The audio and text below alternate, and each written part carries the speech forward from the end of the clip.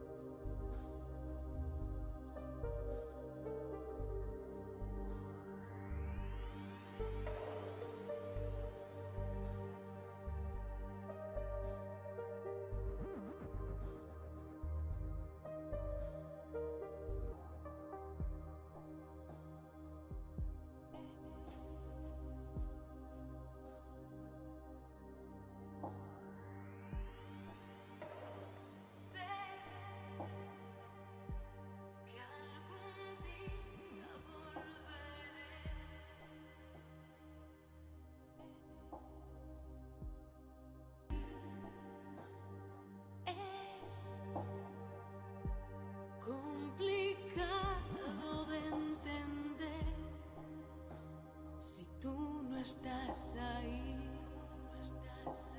No puede amanecer.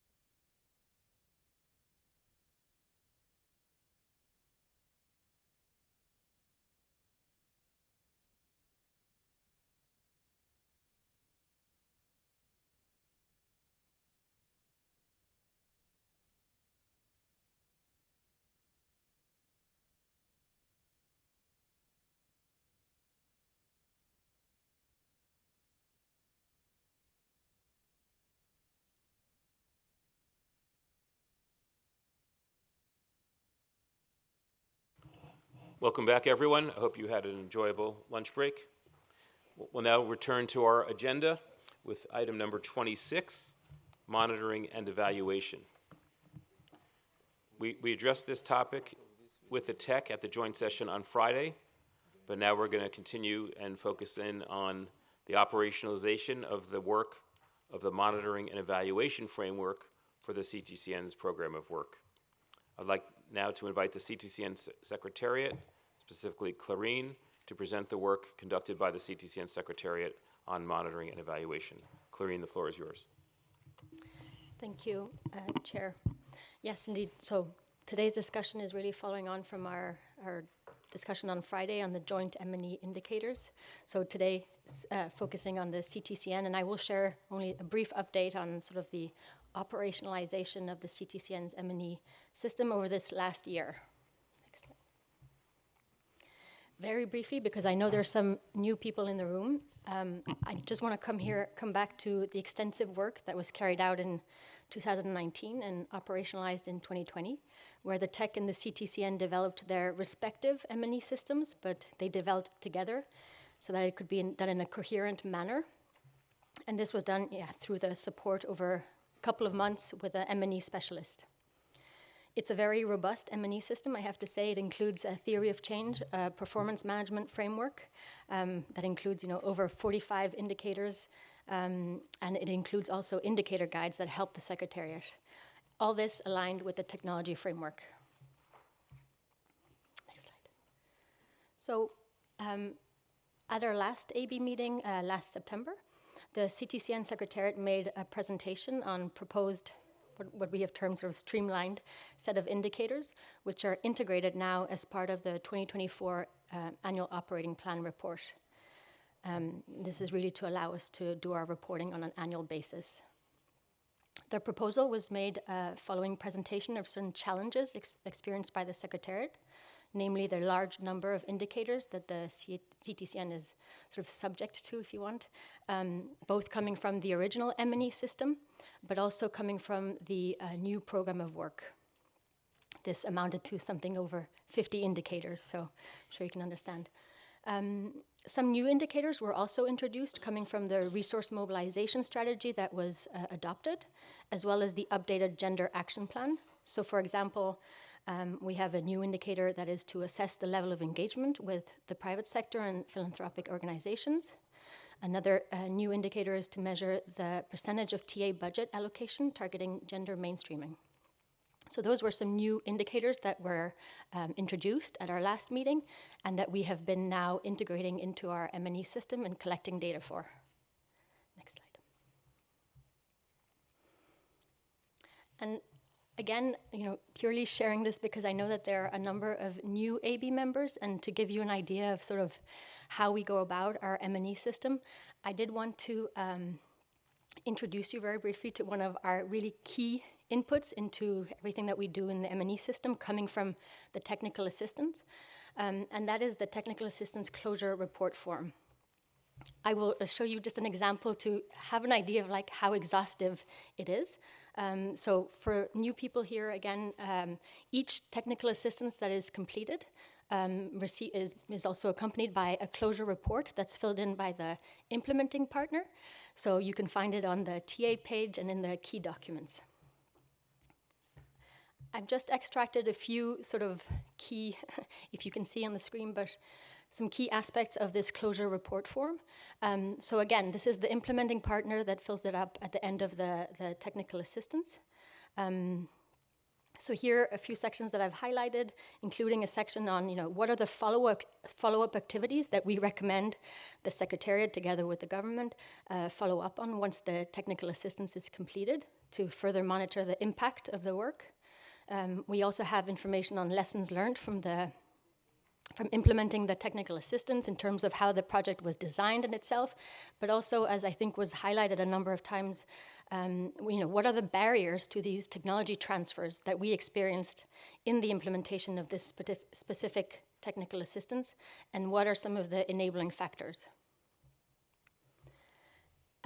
We also, thanks to these closure reports, I'd say, is where we extract information on the anticipated impacts of the TA, again, from the perspective of the implementing entity. So these are details on the anticipated number of policies, for example, that have been proposed or implemented as a result of the technical assistance. But we also collect, you can see, very operational level indicators. So, how many people participated in the trainings that were organized, all this disaggregated by gender.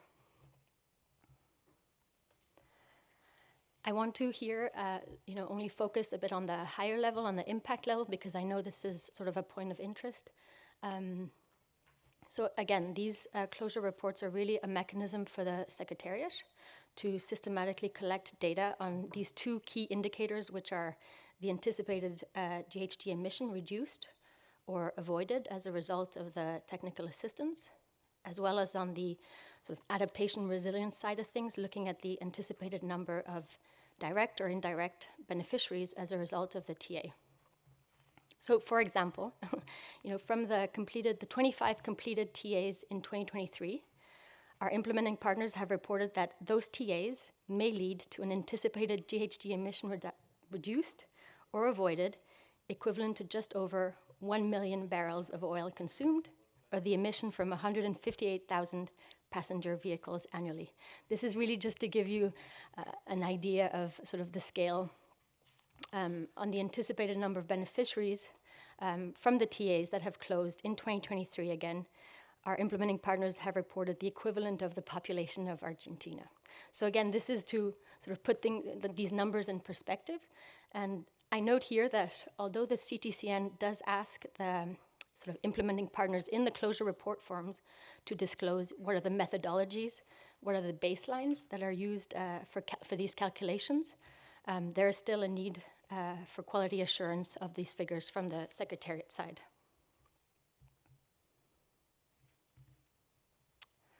So again, here at the impact level, some information that we've gathered from the TAs that were completed in 2023.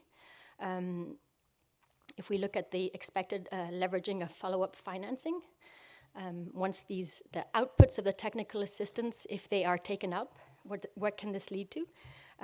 So the closure reports and our own sort of intelligence through our regional managers, looking at all the concept notes and the project proposals that were developed as part of the TA that are integrated as an output of the technical assistance, So an anticipated 716 million US dollars that could be further leveraged as a result of these technical assistance projects.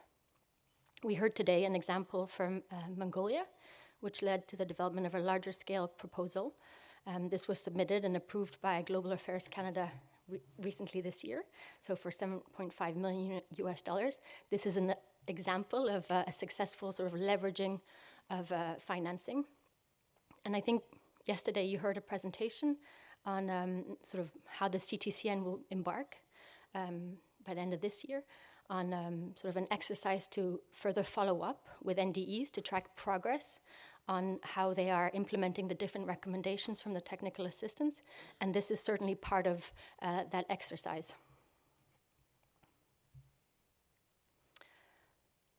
Similarly, the closure reports have provided us with details on the different policies, the strategies, plans, laws, or regulations that have either been proposed. Many of them have been adopted during the life of the TA through the technical assistance. From the TAs that were completed in 2023, for example, we have recorded that there were 22 such policies that are at different stages of implementation. So, for example, we heard, I think yesterday, from Costa Rica, which a technical assistance that actually builds on an earlier technical assistance that was at the municipal level and was completed in 2019. So this TA led during the life cycle of the technical assistance to the development of a national circular economy strategy. And as I understand it right now, there is a circular economy fiscal policy in a law that was proposed as part of the technical assistance, and that is under public consultation. So this is really an example of policies been taken up by the government. Again, this is part of the follow-up that we intend to do with the exercise that was presented to you yesterday.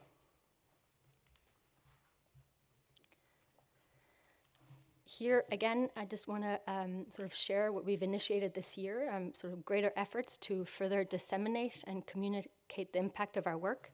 This is an indicator as part of the resource mobilization strategy. And we are writing these impact stories together with our implementing partners who work on the technical assistance. And we believe that they really offer an opportunity for us to also further follow up on the outcomes and disseminate more widely the impacts of the technical assistance. And finally, I just want to make a point sort of on the gender dimension. So the CTCN has made efforts to further mainstream the gender dimension in our indicators. And we note that as approved in the last advisory board meeting, the percentage of the TA budget that is allocated to gender mainstreaming has now increased from 1% to 5%. So as reported in the annual operating plan report for 2023, we do see a positive upward trend in the allocation of resources in that sense. And it may look like in 2023 the CTCN fell short, but I should let you know that a lot of these technical assistance that closed in 2023 started 2 years before or were designed much earlier. And therefore, the budget allocation was not in line with the updated gender policy, so something to consider there. And I would say that our data for participation in the CTCN capacity building and knowledge sharing activities, so not those as part of the technical assistance, shows that there is a ratio of about 35% participation of female in these workshops and events. But this is also conditioned, for example, by NDE participation in the nominations that come from the regions and whatnot. But also the use of certain platforms for our webinars that did not allow us to track this data accurately. In any case, I think the CTCN Secretariat is pursuing efforts to further strengthen the level of reporting on women's empowerment and gender equality, and of course welcomes continued engagement with the gender constituency and other stakeholders in this regard. I will just end by saying that we are uploading an updated annual operating plan that has the breakdown in the gender disaggregation, since this was not included in the original document that was circulated, and we apologize. Thank you. Thank you, Clarine, for that very helpful overview of the operationalization of the monitoring and evaluation framework. We all know how important that is. It's great to see continued progress in this area and really drilling down on identifying the impact of our work. It's super helpful. I now open the floor to any discussion from AB members regarding this operationalization of the M&E framework.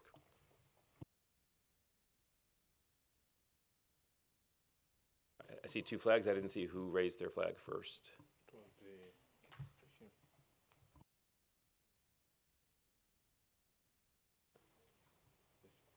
All right, I'll call on Maria first, and then Christopher.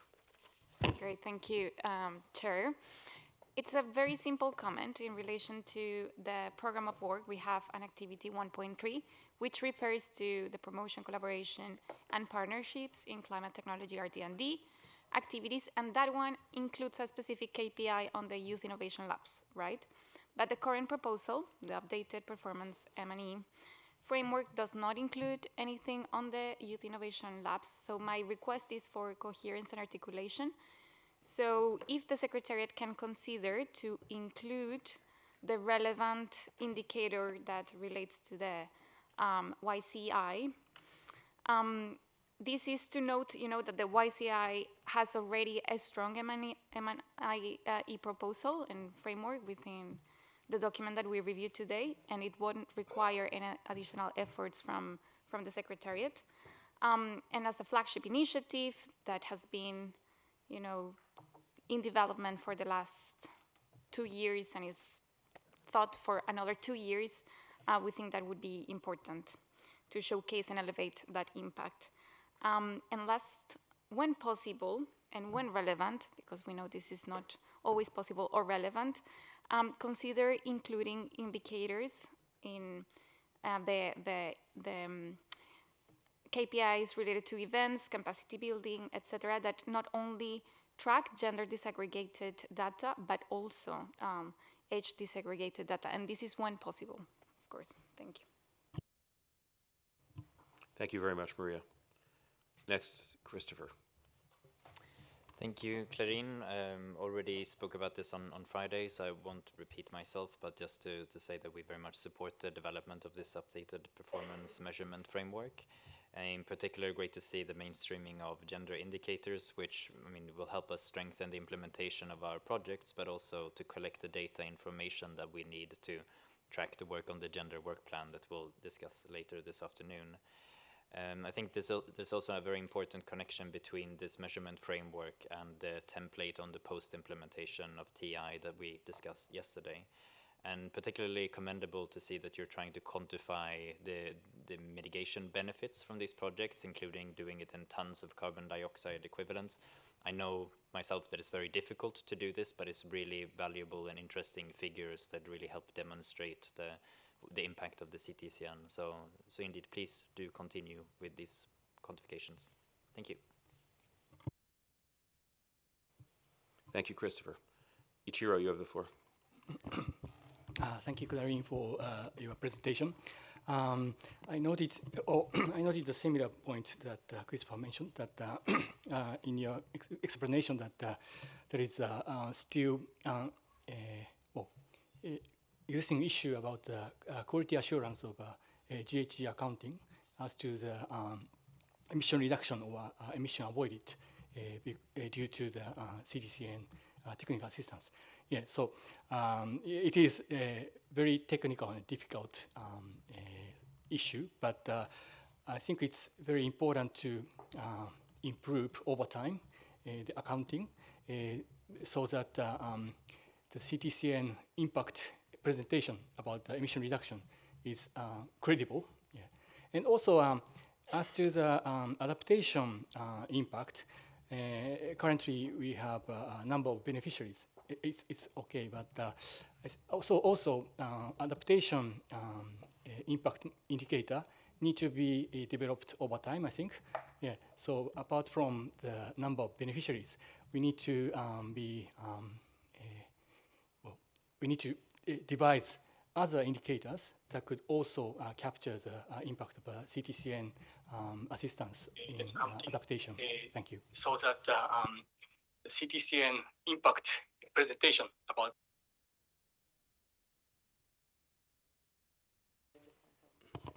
Thank you, Ichiro. Valeria, you have the floor. Thank you, Chair. I want to thank the Secretariat and Clarín for this presentation, and I appreciate a lot all of this hard work to integrate all of these indicators. I know that there are a lot, and that could be like really hard work for the Secretariat. I just want to recall and also echo what Christopher just said, and recall that yesterday when we were talking about the prioritization criteria that would include this gender criteria, there is like an opportunity for capacity building for NDEs that they could report and increase the quality of reporting in the TA closure reports about gender, and this could also be really useful for us in the MNE report.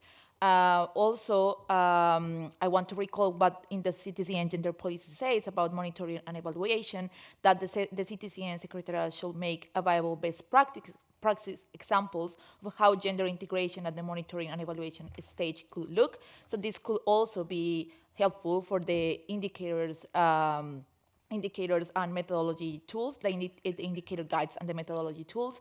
And also, as Alejandra said, this also in these methodological tools, you can include also like instructions on how to disaggregate data by gender and age.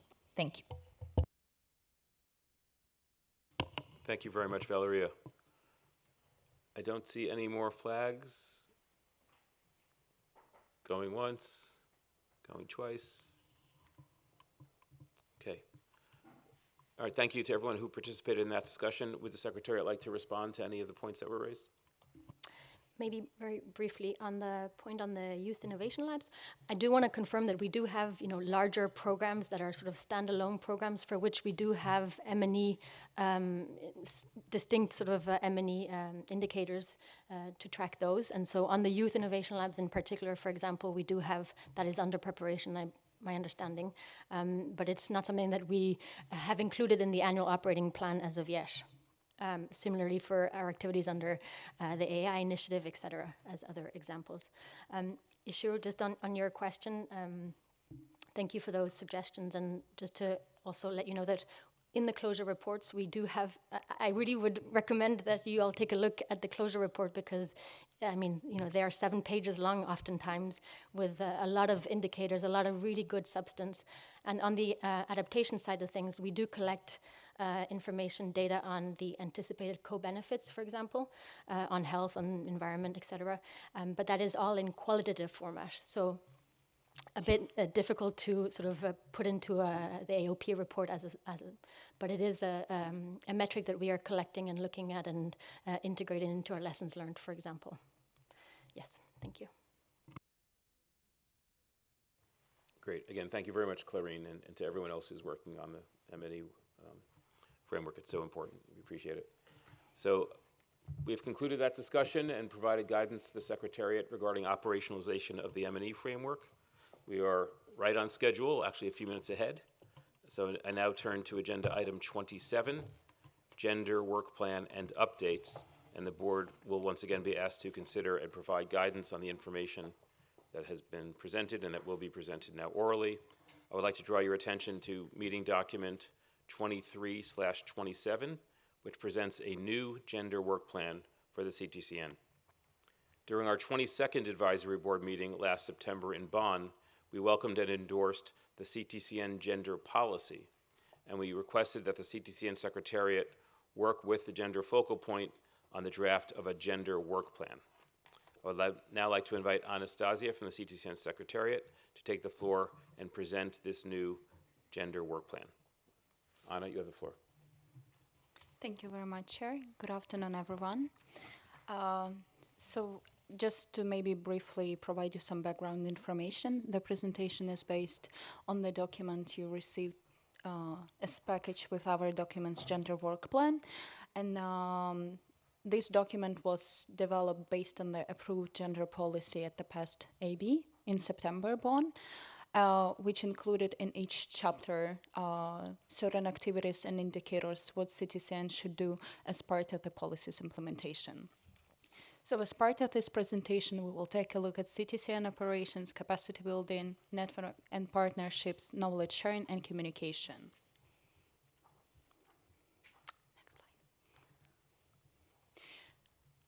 So as part of CTCN's operation, the policy states that we should promote gender equality and empowerment through technical assistance, design, implementation, and elevation.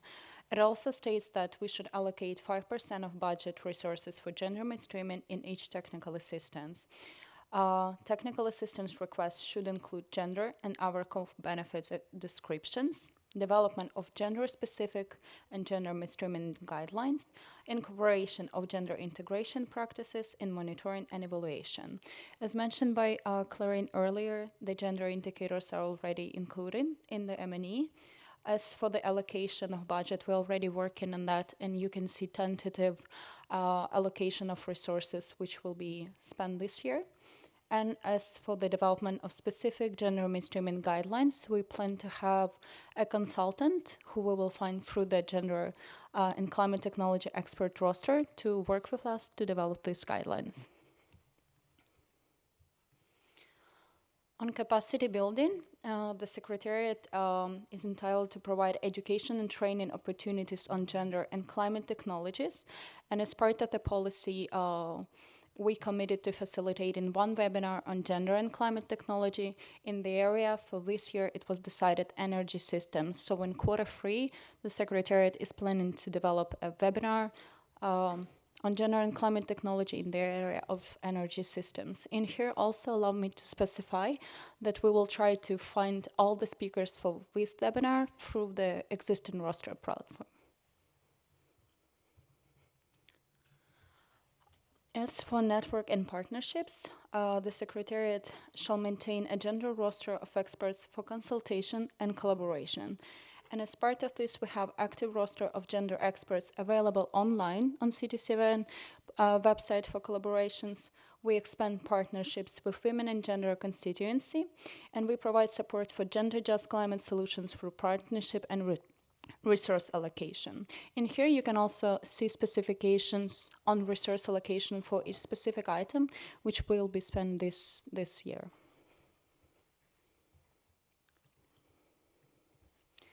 And the last part, briefly, is enhanced knowledge sharing and communication with gender perspective.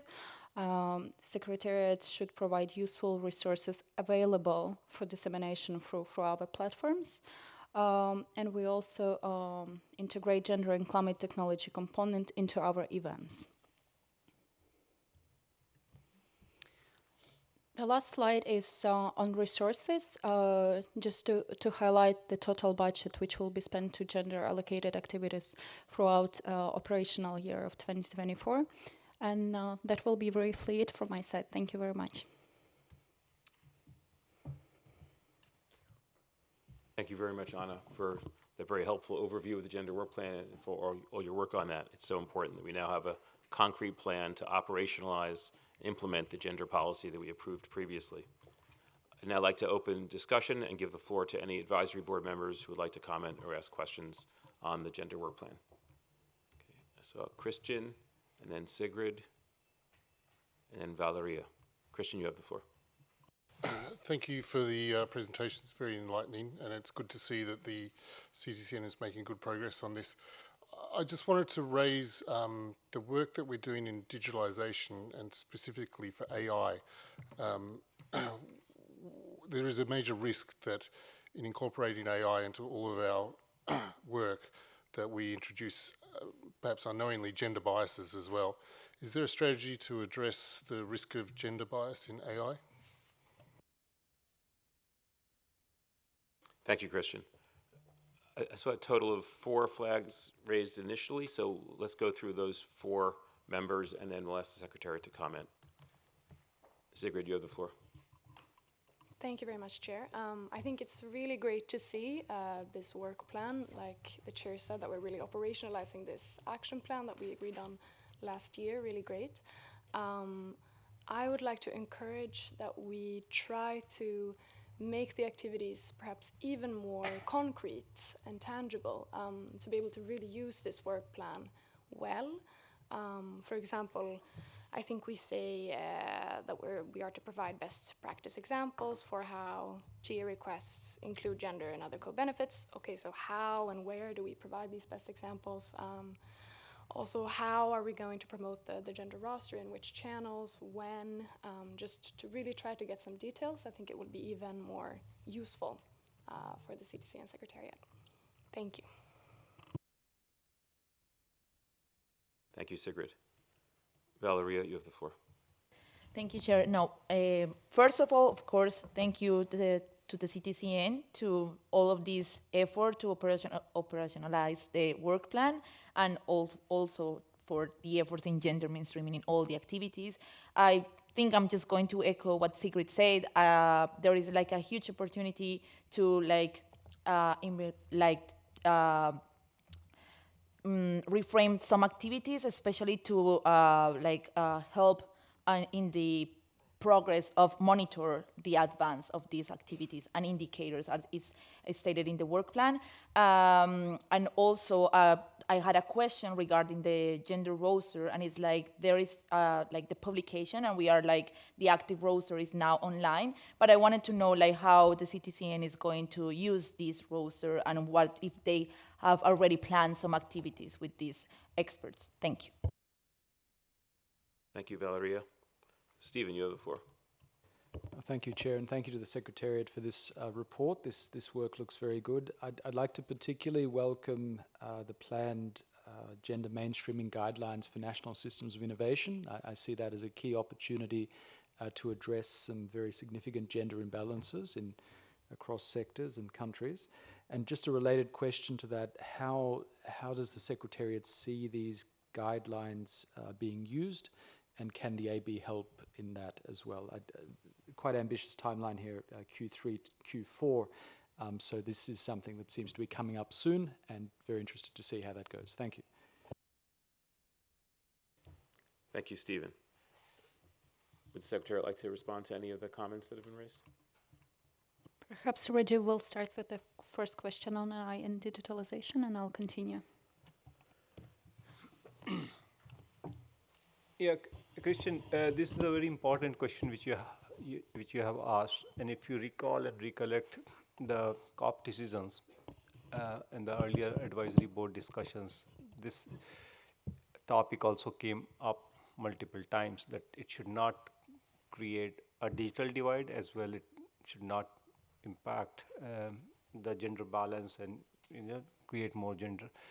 So the kind of activities which we have initiated and that's why in the work plan of the tech and the CTCN on artificial intelligence, we are trying to first develop a kind of a paper which look at all these aspects. And the outcome of that paper would be incorporated in further future actions of the CTCN Secretariat on artificial intelligence related issues. The capacity building programs which we are launching, the series which we are launching on artificial intelligence, would also discuss with the participants, the NDEs, on this particular aspect, to see that we are not creating a kind of a divide or leaving the gender issues behind just to focus on AI. Thank you, Roger. So to continue Sigrid's question, how are we going to promote the gender roster? We already partially introduced our communication plan as the next stage, how we want to promote it during the joint session. But also we try, shortly, we try to make our communication more target with specific organizations, to engage more professionals to apply. Also to address comment from Christian on the joint session, to make it more geographically balanced. So we will try to reach out targetedly to different organizations in partnership potentially with Women in Gender Constituency, to engage experts, especially grassroots experts, to apply. So we will continue promotion, and we're also in progress of development more like communication plan, how we should do, and how we will promote also the use of the roster, which is also the next stage. Thank you on the comments made to be more concrete. We will try to integrate that and to improve the plan and upload it on the website in the updated version.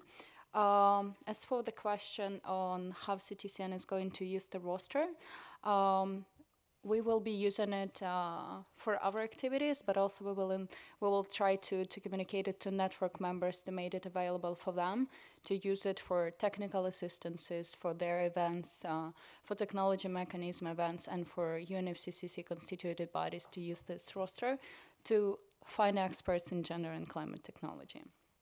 Also to address Stephen's questions on guidelines and SI, how we'll be use them. We will also, the idea is to have these guidelines to share it with implementer partners and network members so they could have these guidelines before implementing the TA. I thank you all. I hope I didn't miss anything.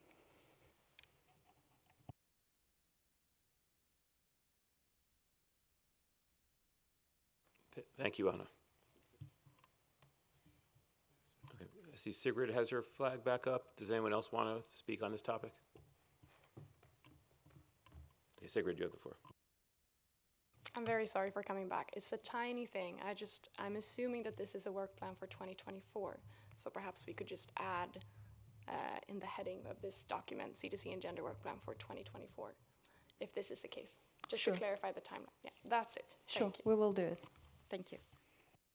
So it is correct, the intention is this only covers us through 2024, and we'll have a new work plan for the following year? Yes. So every year we will be presenting a new plan. So this is just for 2024. That's correct. Thank you. Thank you for that helpful clarification. So this is tremendous progress on implementing the gender policy, and I think the CTCN is continuing to show strong leadership in integrating gender into our work. Really appreciate everyone's contribution to this effort. So with that, we have now guidance from the advisory board on how to both implement the draft, but also the Secretariat may take these comments into consideration to improve or enhance the document to guide us forward for this year. All right, thank you, everyone. We'll now close discussion on that agenda item and move forward. We are still slightly ahead of schedule. So we're now on agenda item 28, presentation of CTCN communications and visibility strategy. The advisory board will be asked to take note of the information that is being presented, and I specifically refer you to meeting document 23/28, CTCN communications and visibility strategy, which was circulated by the Secretariat along with all the other meeting documents now more than 2 weeks ago.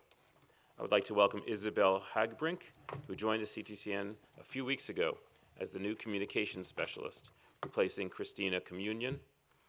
I know Christina made a tremendous contribution to, I think, really very significantly strengthened communications and outreach program, helping raise our visibility over the past year or so while she was on staff. So, Isabel, you have large shoes to fill, but I've already enjoyed working with you during this past week, and we all have confidence that you'll keep the momentum up that Isabel and board members and other members of the Secretariat helped create. So now, Isabel, we welcome your presentation on the current new version of the strategy, both in terms of supporting the work plan and supporting implementation for the communications and visibility strategy.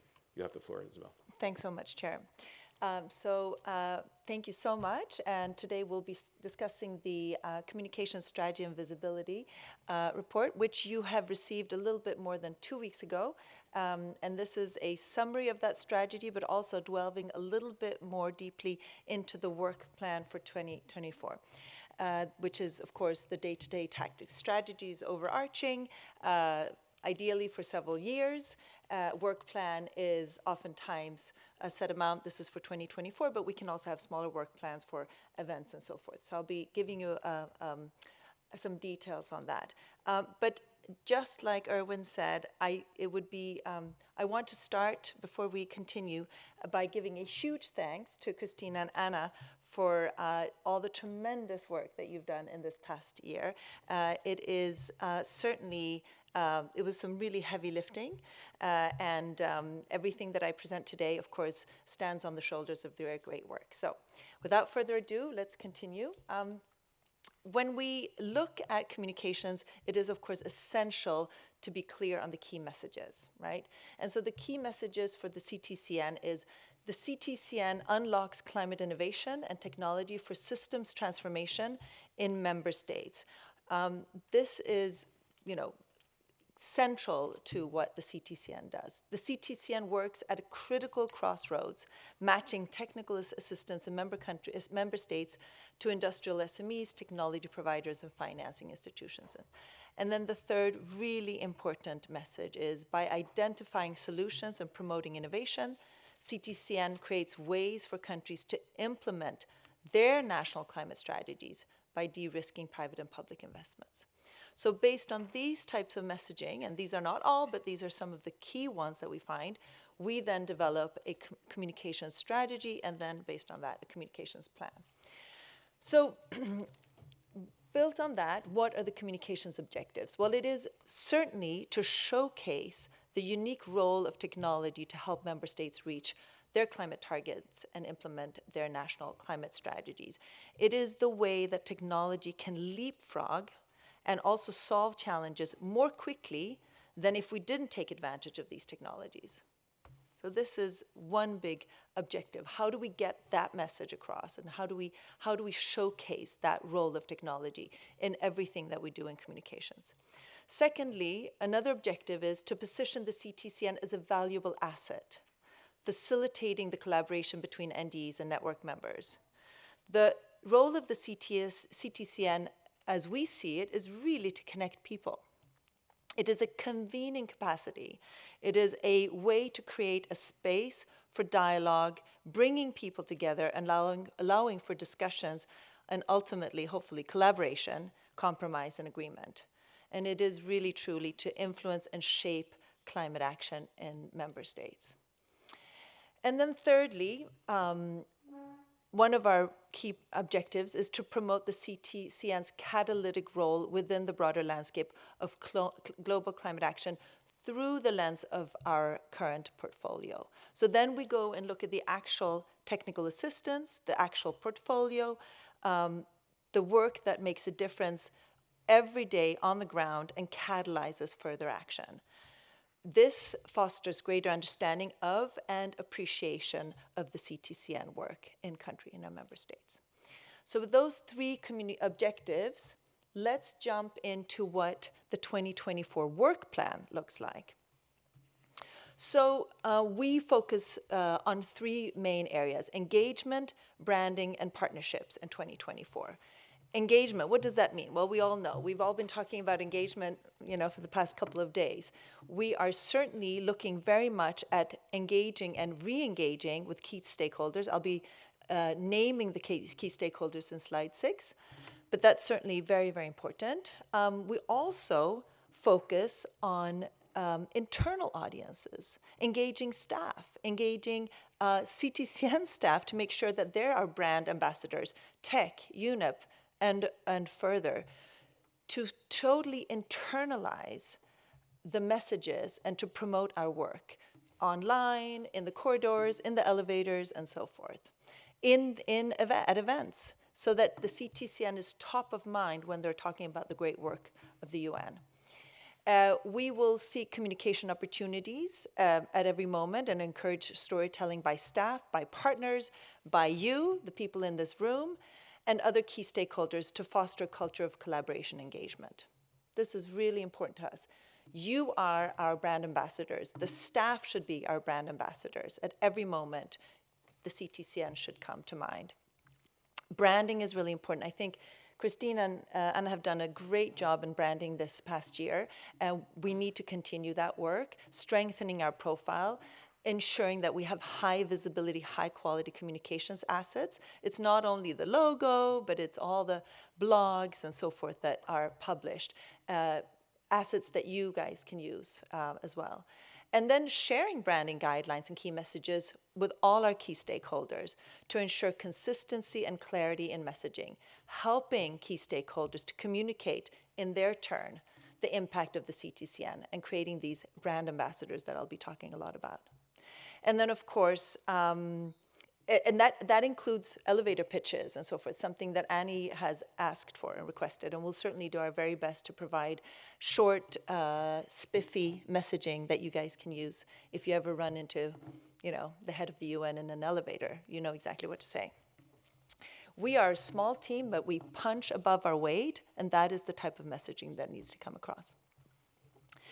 And in echoing that, we are a small team, and therefore we need partnerships. Partnerships are key, not only for communications, for resource mobilization, for everything. So we need to ensure that to do our communications work effectively, we create every synergy we can and collaborate for increased visibility and promotion. Of course, this means at events, guest blogs, interviews, anywhere where we can piggyback on another event or some sort of an intervention, we'll certainly take every opportunity to do that. We are working very closely with TEC, very closely with UNEP. The press release that went out on the 10th anniversary last Friday was published by UNEP and was sent to their media list, which of course is really, really powerful and beneficial to us. Inger Anderson, of course, is a wonderful brand ambassador and an influencer, which we hope to use as much as possible. But even Karen Paulson, who spoke on Friday, great ambassador for the CTCN, and we're hoping that the Danish Minister for Foreign Affairs will say something about this. If we can get ministries to tweet or say something on LinkedIn just once about us, we have much greater visibility. And everything happens on social media by influencers. So we certainly keep that in mind. Guest blogs, guest speakers, interviews, all of that stuff, as I mentioned. We will also work very hard this year to strengthen the CTCN leadership in communicating its work within its broader UN priorities. This means ensuring that CTCN leadership has great visibility at events and so forth. And it's not only, of course, about the CTCN leadership, it's about all CTCN staff getting great speaking opportunities. And then leveraging COP and other key international events for visibility and impact. We've spoken about that already, so we'll do our very best to ensure that we're also partnering with others to get great visibility.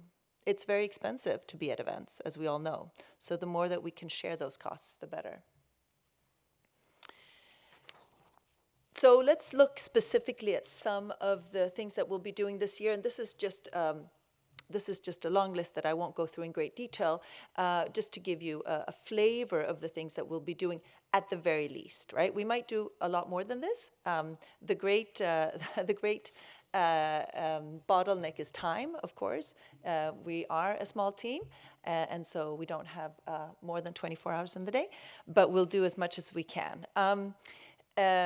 I think what's most important to say here is that communications assets need to be user-driven, they need to be engaging, and they need to be relevant, right? Without that, it's just not even worth the time. So if we can get them to be relevant, interesting, engaging, and fit for purpose, fit for the key stakeholders that we have so that they understand them, that they like them, they'll share them and so forth, that's exactly what we're working for. So doing 5 press releases that are irrelevant and not read by anyone is not useful.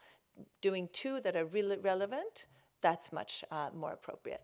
So that's what we're focusing on, really relevant and engaging storytelling, press releases, opinion pieces, newsletters, which go out 13 times a year. Interviews, we can do more on that. Videos, podcasts are difficult sometimes, but certainly we can do a little bit of that, probably with partners. And then, of course, the last point, tailored messaging for all kinds of stakeholders, including the people in this room. So who are we targeting? Well, as I mentioned, we have a lot of stakeholders, and we are a small team, and so we have to be quite discerning about who we focus our attention on, and we can't do everything for everybody. But we certainly, top of the list are member states and NDEs. They are certainly a very, very important stakeholder from the point of view of communications. We also, of course, are very eager that we reach donors. These are both current as well as potential donors. We want our donors to feel that they're getting a big bang for their buck. And if they are convinced about the usefulness of what we're doing, they will be great brand ambassadors as well. So that's a two-way street. We also, of course, work and focus on CTCN network members or potential network members, so ensuring that the message gets out there among climate tech companies and other actors who might want to join, and even if they don't join, might want to work with us in some other capacity. We, of course, are very eager, and there, of course, we've also got other, UNFCCC constituent bodies and other relevant international organizations. As a former World Banker, I'm very pleased to see my World Bank colleague here in the room, Sarah, and other, Yango, Bingo, Ringo, all the things that rhyme. We're very interested in rhyming acronyms. Just kidding. No, but certainly, we would like to reach all of these organizations, as well as philanthropies, NGOs, and private sector, not only to have them as partners in activities, as network members, but also, of course, as implementers of projects that come after the TAs, that scale up and continue the TAs. And then we've got media. Media is always one of those double-edged swords. We love them and we hate them. I have certainly worked with very aggressive media and critical media, and so they are not on the top of our list of stakeholders, but they are important, of course. So we're discerning about how we engage with media and when to engage with media, but it's always in the back of our minds. And then staff, an internal CTCN family. UN staff need to know who we are and what we do. It is certainly very important that we inform you, keep you informed of what we're doing and how you can help so that you become CTCN influencers. And then there's this fabulous image here that you can't see, but I'm happy to send it to you, of our world of communications matrix. And then finally, I'd like to talk about something which is perhaps a little bit more useful from our point of view. So we're here today to also get your input on what are some of the challenges to educating, informing, and engaging our stakeholders.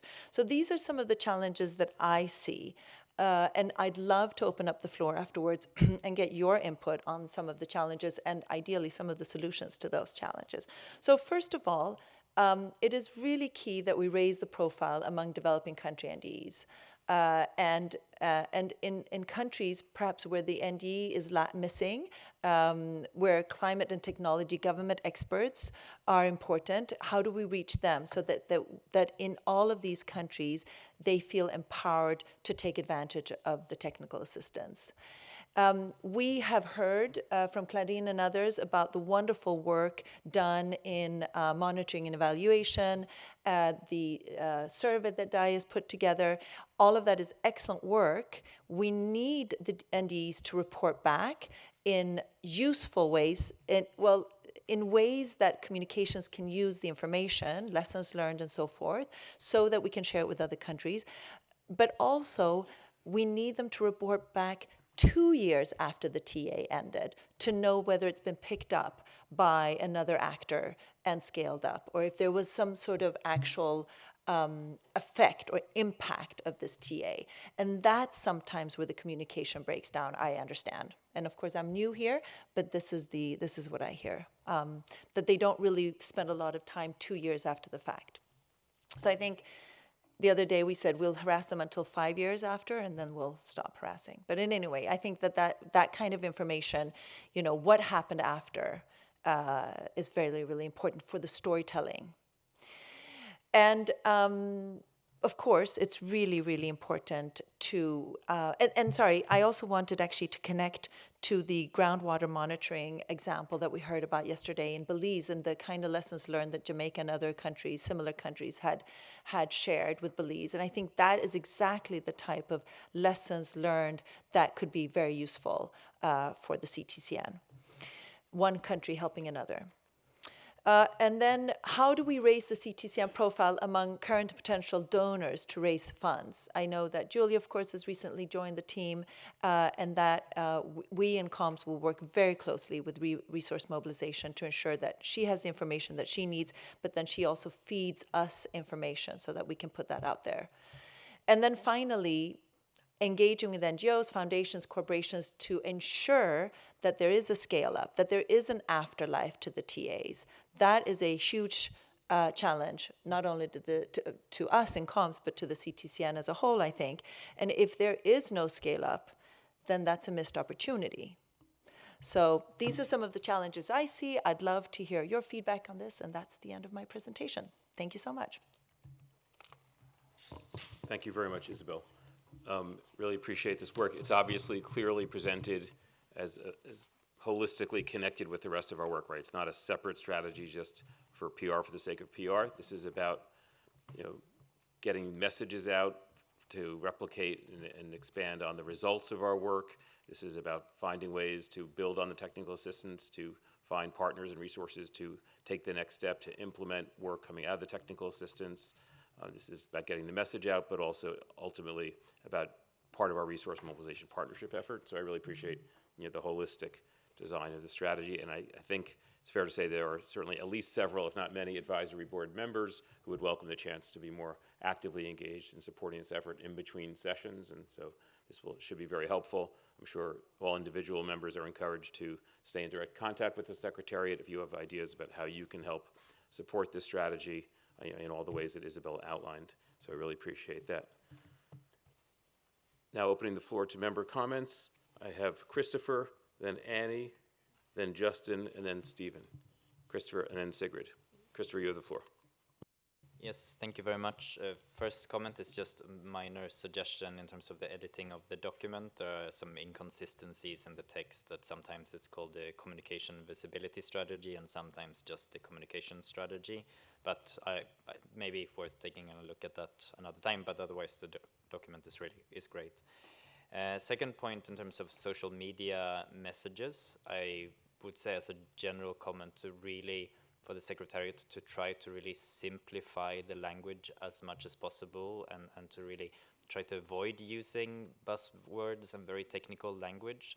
So now during the spring we were working with the Secretariat to develop some quotes for our Director General that was used on your website and social media, and some of the quotes have been on the slides during the course of this meeting, and they were very long quotes, very difficult words, and I know my Director General, he doesn't speak like that. And I mean, climate change is scary, technology is scary, and for the general public. So, I mean, we should really try to speak as if we're speaking to high school students, essentially. If we want to get our message across, not people with a master's degree in environmental science like me, but we're talking to high school students. And I think that's really when we will get the biggest impact on our social media and communication activities. So, point to keep in mind.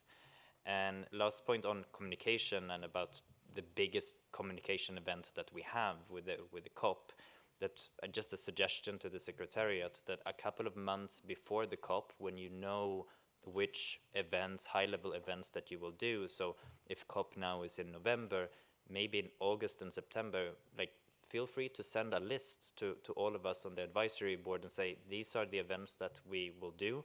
We're looking for speakers, because then we can help you find speakers with a good gender balance, for an example, and different backgrounds and so on, and we can help mobilize so that we can just raise a hand like, hey, my director would like to speak in this event, and we can help you find speakers. I think it's something that not only us, but also the new gender roster will be of great help for COP29. Thank you. Thank you, Christopher. Annie, you have the floor. I believe Stephen was quicker than me. Thank you so much. This was thrilling. And I'm very thankful for you, Christina and Anna, for the immense amount of work that has happened in a very short space of time. I've been starting to see a lot of stuff on social media. I send it around to others, and I'm sure all of us do. Coming from a government I might have the only issue here in the room that my government is not super nimble when it comes to communication. And so if there's a way to have advance notice of some of those communication products that are maybe more like those 2 or press releases a year, or things that are maybe a little bit more overarching, that you plan a long time in advance, so that we can have our own comms plans done and the vetting processes that we all have to go through. Because it's not us as a human who presses a button in a lot of cases. I guess some of us have immense power, not all of us. And so advance notice, it would be great. And then I'm going to come back to something I say all the time, which I realize costs money. Is there in plan to have some specific communication products made available in some other languages? Obviously, we can't cover all the languages of the world, but that could be also really useful to some of us. And finally, I will support very much what Christopher noted regarding the marquee activities around COP. For many of us, it's a zoo with dozens of activities. We are having a very hard time getting the high-level officials of our delegations to go where we would like them to go. So as much advance notice as we possibly can. Yes, to sit on panels and even just to be present in the room. So advance notice. Thank you.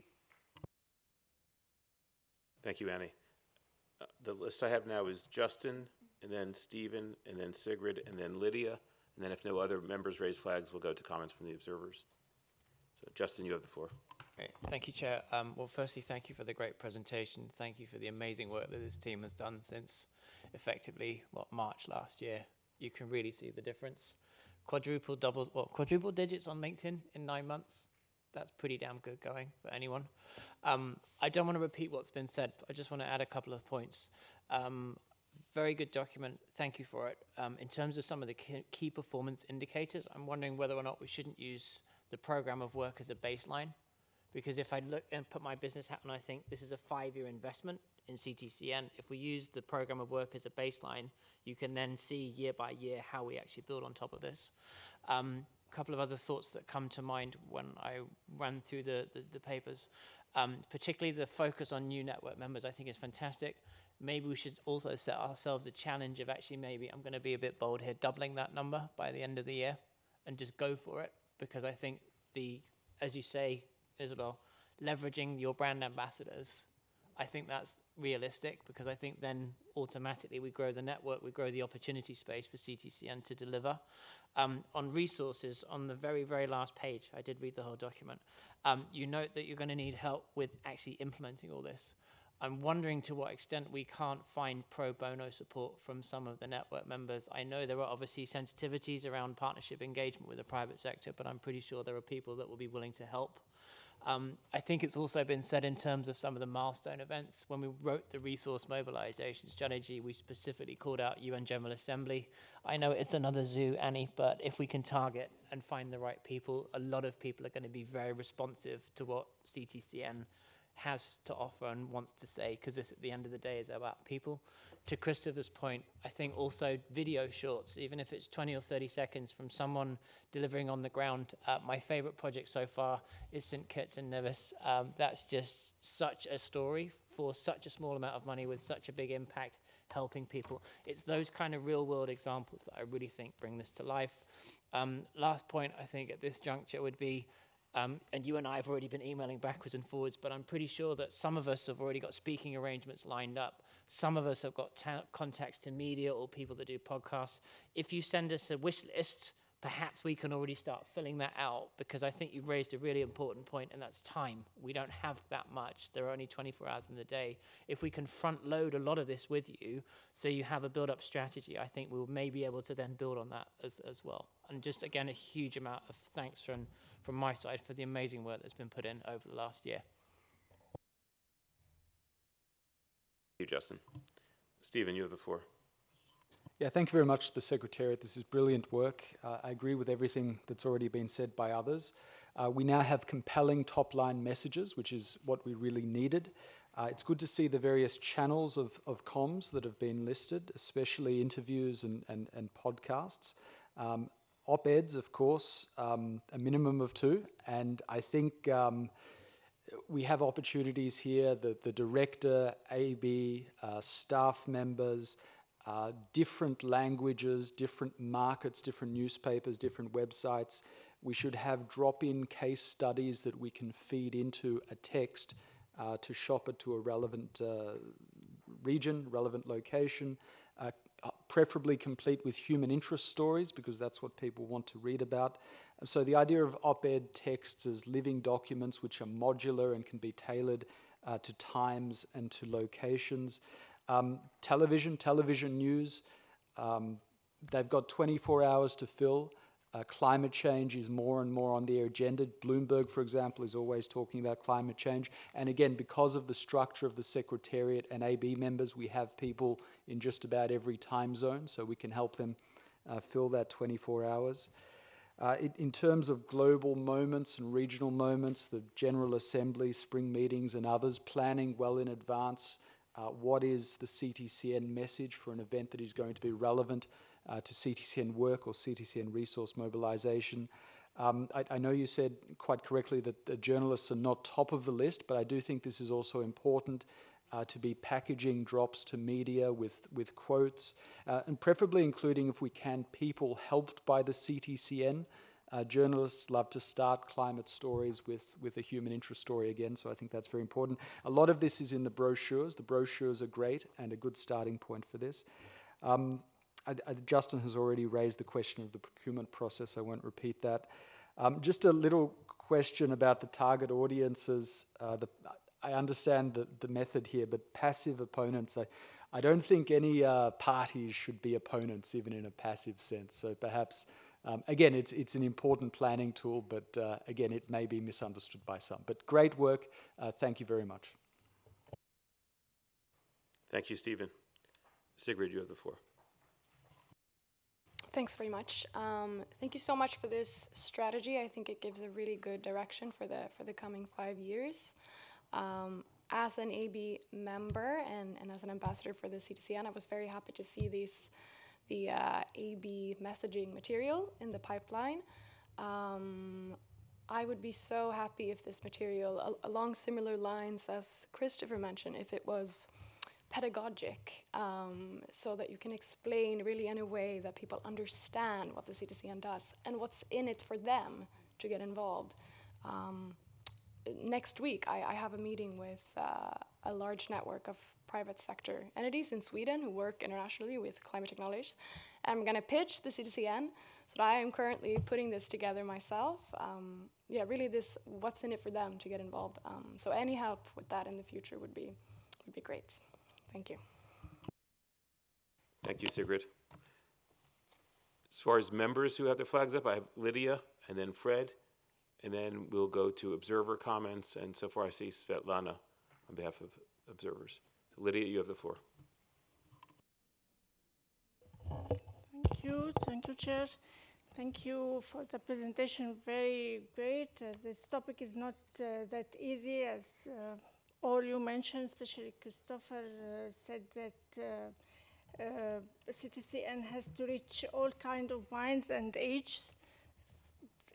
I think it's quite difficult, but you are strong enough. Actually, when you mentioned the website, I've noticed that there are availability to reach CTCN in 5 languages, which is great. I opened now, and it's opening now, the Facebook, and I reached the mentions. Please give them like or hugs or whatever emojis there, because as I am a Facebooker, I appreciate very much like or love or ha ha ha or something like this.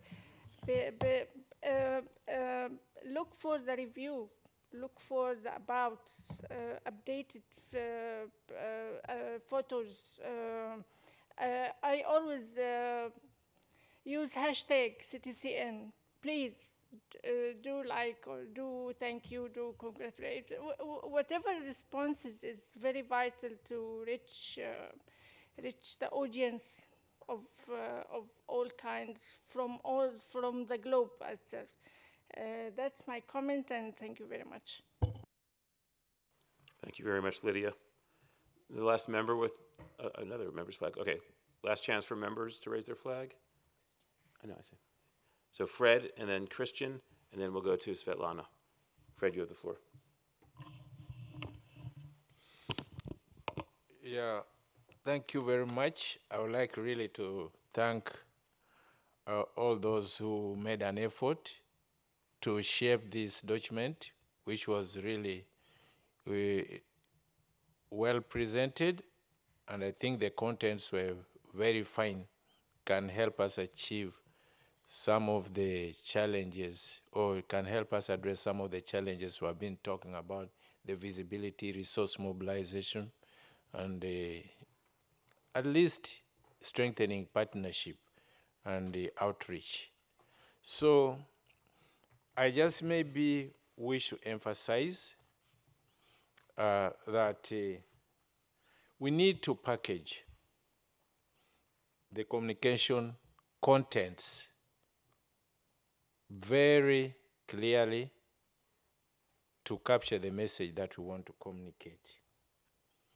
We should do at least make sure that the materials, there's not much emphasis you put in the materials, but the materials are very important, because what materials are you going to use for communication? You have to identify and package them nicely. On this material, I can talk about the situation I've seen or my observation with the CTCN. If you go to that box there, where you look at the various materials displayed with the various institutions that exist in these buildings, you need a microscope to find a material by CTCN. There's nothing I saw there reflecting CTCN as an existing institution. And I think CTCN is very lukewarm on that one. Maybe we need to do something. T-shirts, cups, flasks, they're not there. That's one way of communicating. It's very important. You make people become your billboard. All of us here would be billboards by putting on T-shirts reflecting CTCN. And we are not doing that. In now the NDEs, when they come for meetings, they should have those T-shirts reflecting CTCN, the tech. This is what we would like. I've attended very, very many meetings organized by UNDP, World Food Program, and visibility, the banners. Look at the entrance here. You don't even see a banner reflecting there's a meeting of CTCN, apart from that, those small letters indicating this room is for. But at least, let's try to, if it is doable anyway, maybe there are some rules, there are some challenges, but I feel that is a starting point of communicating. If we don't improve on branding, I think we may not talk much to the communities or our intended targets.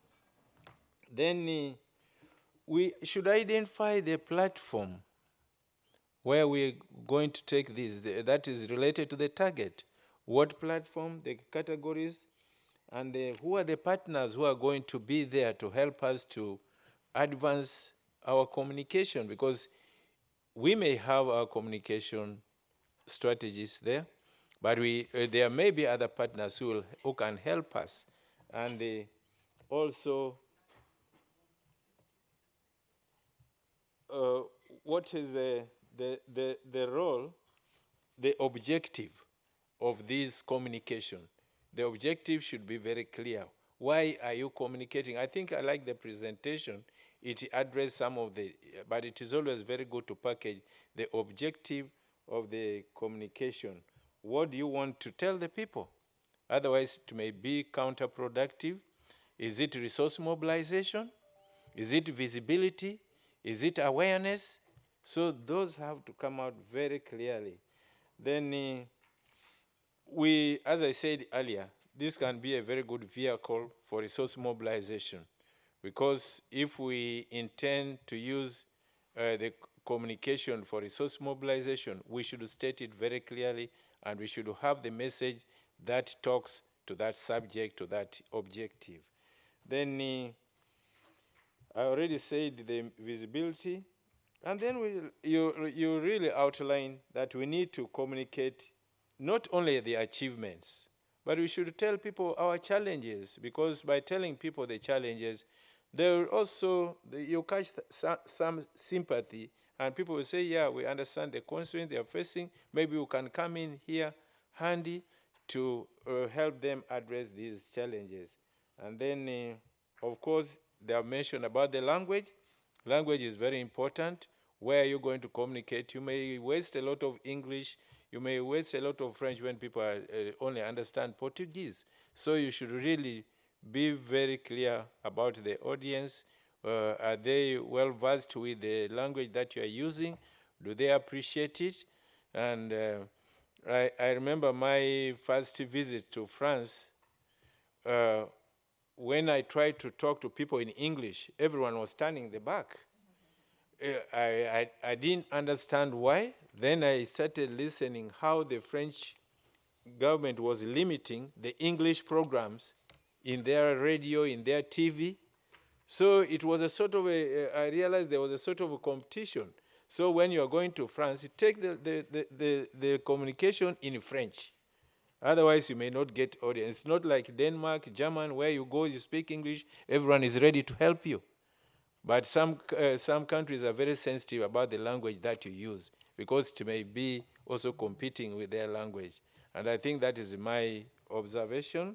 Otherwise, thank you so much for the team that has produced this. And of course, the presenter, Isabel, thank you so much. I think you have come in with a lot of bang, and I hope the momentum will continue. And make sure that communication sort of team talks to the resource mobilization, talks to the secretariat, because there are issues that they are doing that they would like to communicate. So it's important, even the NDEs, you must capture whatever they are doing and make sure that you communicate whatever message that is relevant and that requires communication to raise the visibility, improve efficiency, and also improve on the outreach. Thank you.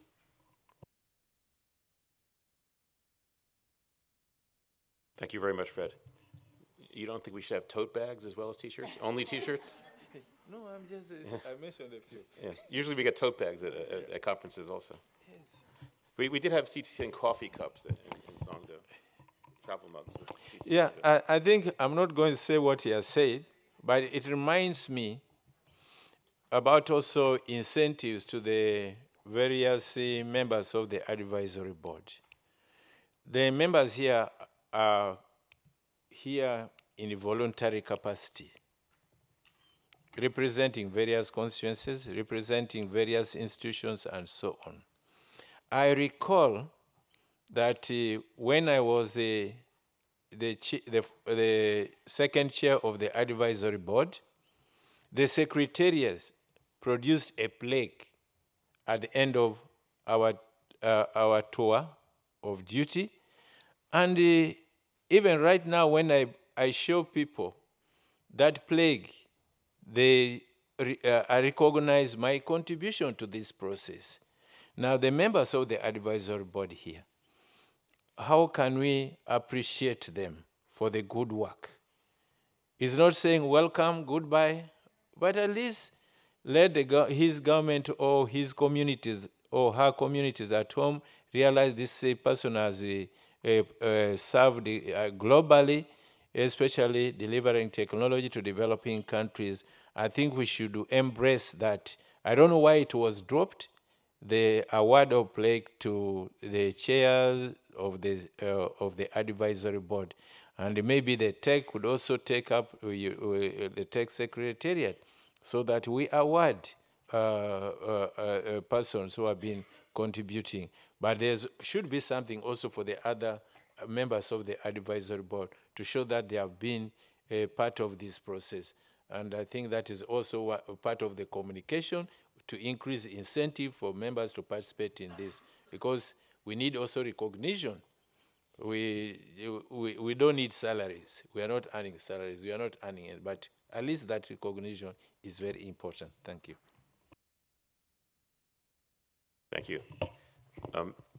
Now, seeing no more flags from members, we open the floor to observers, starting with Svetlana. Svetlana, oh, I'm sorry, I didn't get to Christian. That's right. Christian and then Svetlana. Thank you, Chair. I will not try to be too extensive, but I do note that I have plenty of tote bags already, and I probably don't need to add to those.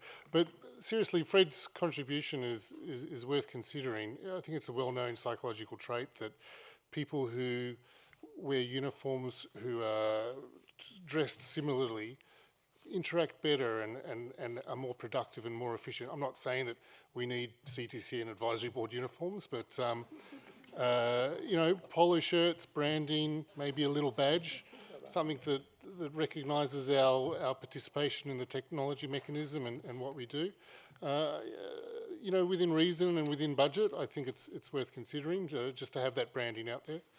I'd just like to support also my colleague from Egypt, Lydia, who said about the importance of interactions on social media, liking, sharing, emoticons, this sort of thing.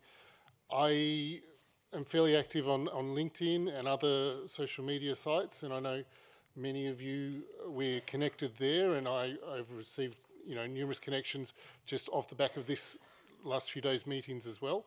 I'd encourage all advisory board members, all colleagues in this room, to connect with each other, particularly on LinkedIn. I think it's a very valuable platform for sharing the message of the CTCN.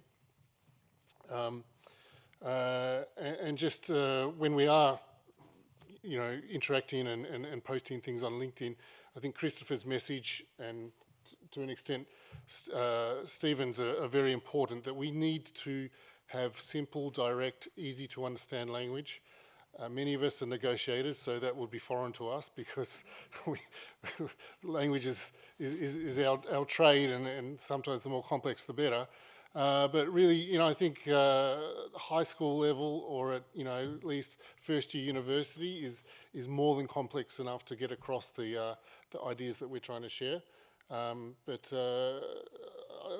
I'd just like to thank the Secretariat and welcome Ingrid and congratulate her on the good start that she's had. And thank you, yes. Thank you, Christian. I agree. I have too many tote bags also. I was just joking. Svetlana, you have the floor. Thank you, Chair. Probably wrapping up, I agree with everything that my colleagues have been saying. I think the strategy is very comprehensive. It's very clear. I was very pleased with the work plan and the key messages. I really love what I've heard in the last 3 days is that I think as a group we slowly started, all of us recognizing we are brand ambassadors. So I think there's this energy in the room now that we want to do it, and I agree with Sigrid, we now need the how-to guide. A little something that will actually help us for those of us who don't have that skill set in communications, just a simple step-by-step key messages and channels. I actually really agree with Fred about branding. The best marketers in the world, like Coca-Cola, they don't shy away from celebrating visually their brand. So I think there's really opportunity to do more visually. However it is, to really make it prominent what the brand is. And I agree, will actually unite us better because it will be a sense of pride and sense of belonging. And then if we're taking those, whatever they're tote bags, t-shirts or whatever, pins probably a bit more, or bottles of water, to other forums, it actually sparks the conversation. People saying, "Oh, what is what is that? What do you?" So it's a soft way to bring into the conversation our ambassadorial role without being too much in the people's face. I could have a bottle of water here with the logo, and people say, "Oh, well, what is that about?" And I can tell them about my trip and the work. So simple things like that, I really think are going to work. I really like that you are very clear about the intended target audiences and recognizing they're quite different. And unfortunately, that's a resource-intensive exercise, but I think some key packages of information absolutely need to be for different audiences, because on one hand, we're dealing with audiences who are in different developing countries who might not even be aware of those opportunities, and they certainly need that communication and probably even a bit of more peer and sharing and stories to start considering, oh, that's a possibility for us, versus you have completely different audience, such as the potential funders, particularly non-traditional funders. So, you know, the foundations, the angel investors, their KPIs are different, their language is different. And I really, really agree with the points that Chris and Sigrid said. We really need to think about the language very carefully, because in the last 3 sort of days, I had to learn this language, and I've got a PhD.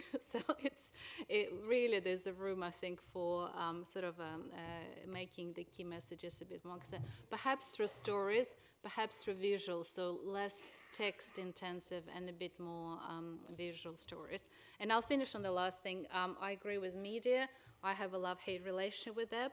What I've learned over years is that as much as we hate because we can't quite control what comes out of them, the mass sort of broader media is actually very powerful, because not only it reaches broader audiences, but because the politicians and the key stakeholders do have media monitoring systems. So it's almost like if you want to reach a minister, it's actually much more powerful if you go via a journalist than if you try to get directly to the minister, because they will be knocking on your door saying, I've just heard something in the news, tell me more about it. So I know it's a more risky exercise and resource intensive, but I find it could be very powerful when the minister is suddenly interested and not want to know or need to know.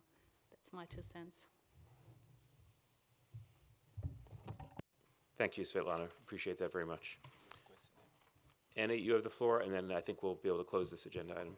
Sorry to talk so much, but one thing that perhaps the packaging really has to put forward,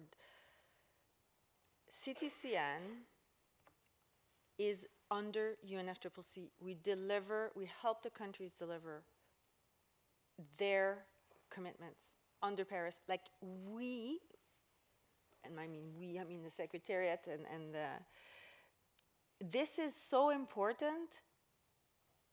Very, like, no one else can claim that. No one. And the countries come to the CTCN, and they want to deliver. They want to achieve their SDGs. This very specific claim to fame must be advertised. Depending on where we are in the world, if we say Paris and UNFCCC, it might play or not play. But I can tell you that in my neck of the woods, if you talk about it, it's got resonance. And depending on who you want to touch, you're going to have to ask folks in market what has resonance. But definitely never to shy away, to constantly bombard people with that basic fact. Thanks. Thank you, Annie. I'd like to ask the Secretary if they'd like to respond to any of the comments or questions that have been made. Certainly. Thank you so much. Lots of wonderful comments. And I will be bringing in Anna, of course, as well, to respond to these. So I think that, thank you, Christopher and Sigrid. I think simplifying, and many others, simplifying the messages is extremely important. It is something that I fought for at 10 years at the World Bank, certainly at South Pole as well, where I was previous to this. And it is a constant challenge when you're dealing with climate finance writ large and technology specifically. It is not only here that we work with these challenges, but we will do our very best to not dumb down, of course, but to simplify. So I always say, let's simplify, but let's not be simplistic. And so shorter, spiffier quotes and messages, yes to that. We will certainly try to give you as much notice for events and other launches, report launches, and so forth, with a big caveat that many times we don't know until we do, right? And so when it comes to COP, confirmations and so forth, as you know, we've all worked on these events at COPs. Things are usually finalized in the very last minute. But what we can do is we can do drip, drip, drip on messaging ahead of the COP or other big events. We can release documents a month before the COP and try to get attention to the CTCN a month before the COP, and then with your help, try to promote that type of information. So that's something that we've done at various places, and we can certainly do that here as well. But knowing exactly what event we'll be at the COP already in August might be a little bit tricky, but we'll try. And certainly giving advance notice on press releases and reports, Annie, we'll do that as much as we can and ask for your help. Putting out comms products in many languages, that is getting increasingly easy because of various tools, online tools that we can use, but someone always needs to read through and make sure that the translation is correct, especially when it comes to technical things. And that's what's so labor intensive, and that's where we're falling short. So we will do our very best. I'm not sure about Portuguese, but we can probably stick to maybe 4 or 5 languages that will do some of the main press releases and so forth. It's not something that I can promise. Anna, maybe you have experience with this? Well, to add on this, we can try and consider to do some social media messages in different languages for different regions, but we should also understand that it implies additional resources for good quality translation, because some members of the team, we do speak different languages, but it's still better to have a professional to review messages which go outside to the media, to the whole world. A lot of you are offering to, you want us to like and share your messages. We will certainly pay attention to what you write. We'll be following you closely, Lydia, on Facebook for sure. There is also a lot of information on our Trello board, which we hope that you take advantage of. Anna, maybe resend that email that you sent to everyone right away so that it's on top of your inbox. Please take time today to write something nice about these meetings, about the 10-year anniversary and so forth. It doesn't have to be long. It should certainly be straightforward messaging, and we'll be sure to like it and share it. So we certainly appreciate that. But all of that messaging Anna has prepared and put on the Trello board. So it's all there for your taking. The KPIs, Justin, you're talking about the KPIs. I'm certainly going to see if we can align better with the program of work. Let's see if we can double the new network members. That's not a comms KPI, but I'll talk to people who will talk to people, and we'll see if we can do that. Stephen, you were talking about having op-eds at hand. As you know, op-eds have to be very specifically tailored for specific news media and specific topic. So it's a little bit difficult to sort of do an op-ed that can be used, but we can try to create some storytelling that you can take snippets of, and we can talk about that apart. The thing with op-eds is that they have to be published in the right media. And it is very difficult to get them into media that's read by a lot of people. So I've struggled with this for many years. But certainly it's easier to get it into a local language, a media. So maybe we can talk about that. And we can drop in case studies with human interest stories. All of that is music to my ears. So yes, of course we'll do that. We can try to develop CT and C messages for specific events, your meetings, Justin, and other people say, I'm going to meet these people, what should be my message? And as well as media packs. Let's see, what else? Fred, I think we can try to think of something that's doesn't break the bank in terms of swag, maybe a pin. But in terms of we have no visibility in the building, actually we do have visibility in the building.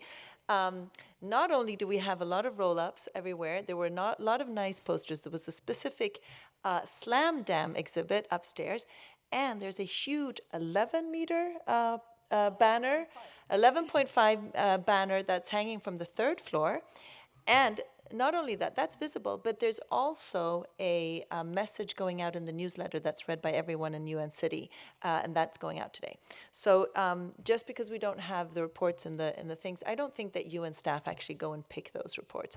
I think if we want to reach UN staff, the newsletter that went out digitally today is the way to do it. So there we have information, and I think that everyone saw the posters and so forth. Did you want to add something there? You just maybe add a couple of comments on social media, simplifying language. We're already trying to do that, and those of you who follow us on social, you can see that we have different types of content, therefore different languages. So we try to test which content would be more adaptable for our audience. But this is well noted. We'll try to simplify our messages even more. On the Trello board, if we may ask you to give us feedback, because the idea is to continue to develop Trello boards for you, to use it in the future for big events. So we really appreciate you telling us how you see it in the future and what can be added, updated in the current Trello board. And the last but not the least is that this year you may already seen our new website with new colors. So we will be also doing some rebranding, like different presentations, everything will be updated as per the branding of the new website. And that's it from us. Thank you so much. Thank you. I'd like to take the liberty to come back on one very specific point. One of my goals, when you talk about the importance of storytelling, and I think we have to first have the top line results. Yeah, and we have those in the new 10-year progress report, the hard results about tons of greenhouse gas mitigated, dollars leveraged after 10 years. And we have those now in 2 pages in the 10-year progress report. So we need to break that out so that that's at everybody's fingertips, the way we had done with those results from the 2022-2023 progress report. But then I also have really tried to agree that we have so many projects, right? And it's when you're giving your elevator pitch or when you're doing your 15 or 30-minute presentation, you need to choose. And we shouldn't have to wade through, sort of the entire 10-year progress report all the time to choose, right? I mean, sometimes we might have the time to do that, and we might pick exactly the right project for a given meeting. But I really would like to have us all be very clear on one example for each of the 7 program of work areas, right? One just kind of flagship example for the 2 enablers and the 5 system transformation areas. We did that in the documents that I think we've referred to as the brochures that Christina developed several months ago, and it's in that Trello folder. Can I just ask, is that still current in terms of if you were asking us to talk about one example for each of the 2 enablers and the 5 system transformation areas? And ideally, probably it would be an example that's been completed with good results. And then we also would say, and this is the kind of project we will encourage NDEs to develop going forward, or this is a good example of the kind of work we're doing in that area. The brochures do highlight, they mention many projects, but they do sort of highlight one project under each theme. Are those still the current examples that we all should be familiar with? Yes. Yes, they are. And we also have, you'll see that there were examples that we highlighted for the exhibit upstairs, and those are also. So we'll make sure that there's at least 1 or 2 for each one, so you don't have to wade through the progress report every time. Yeah, maybe there's also a way to sort of break that out so that everyone has the same sort of short outline of a basic presentation. And I would hope it would include summaries of each of those flagship examples. I think that would be enormously helpful. Yeah. Okay. All right, thank you, everyone. So with that discussion and that guidance to the Secretariat, we now have concluded that agenda item in which we took note of the communications and visibility strategy. So we are right on schedule. The plan was for a half-hour coffee break, but I know probably many people are perhaps leaving Copenhagen this evening, and co-chair and I would like to suggest that we skip the coffee break in order to continue through the agenda and conclude the entire meeting as early as possible. The coffee is set up, I believe, in the back. If we agree to do that, I would encourage members just to step back, get coffee and snacks if you want without talking, and we can continue the meeting without taking away that half-hour break. Does that sound good? So that will enable us to basically end earlier. Any objections? Okay. So again, you're encouraged to get up and move around, do whatever you need to do, but we'll continue plowing ahead. Okay? Great. So we now move to agenda item 29, other matters.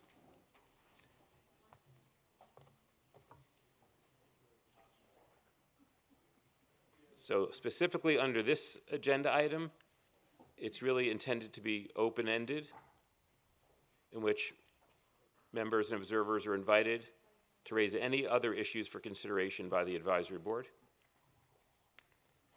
And if there's no specific additional other matter, we do have other items on the agenda.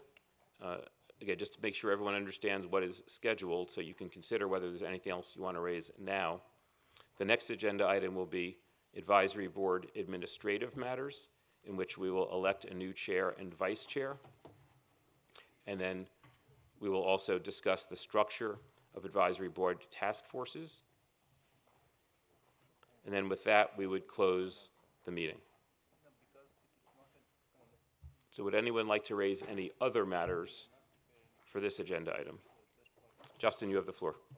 Owen, thank you. Just very quickly, when we had the session with the tech, we were talking about the dates of the next advisory board meeting. It would be great to get clarification on that sooner rather than later, because we do have this potential overlap with the UN General Assembly, which will certainly impact on the business and industry participation. Thank you, Justin. I also am hoping that we can avoid conflicting with UN Climate Week in New York to take advantage of that outreach opportunity.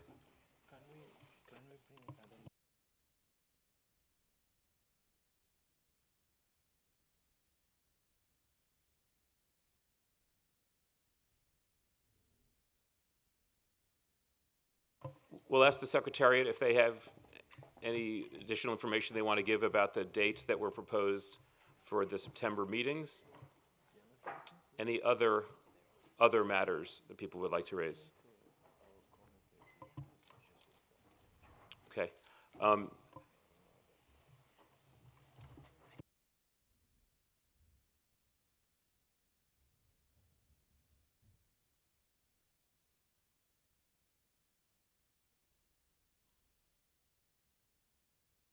Okay, I think we would need Ariesta and Rajiv to respond to Justin's question about the dates that were proposed for the September meetings. We'll look for that opportunity.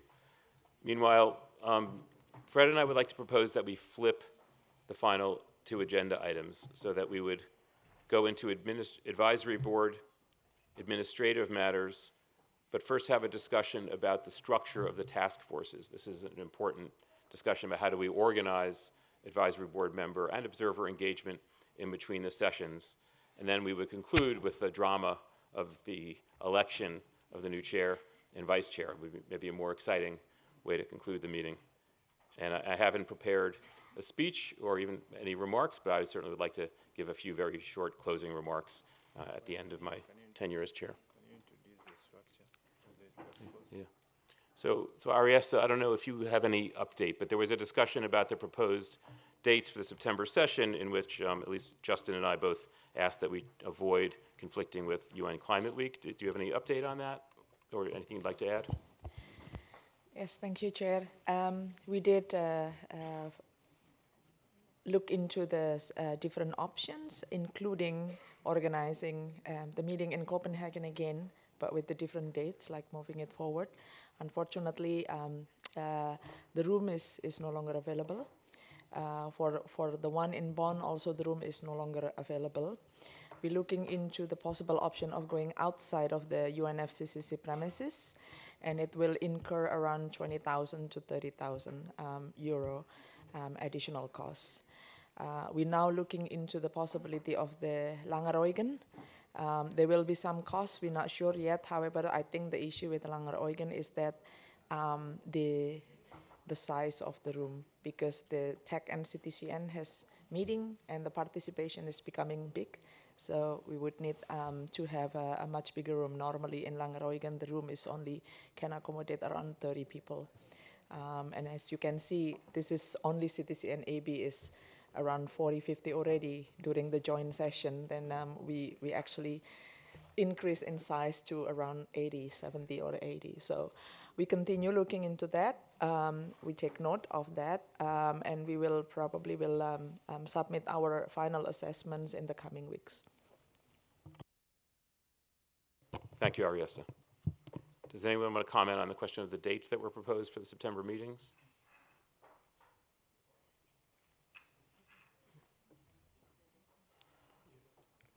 Ariesta, could you repeat the planned dates for the September meetings? Yes, let me get my calendar.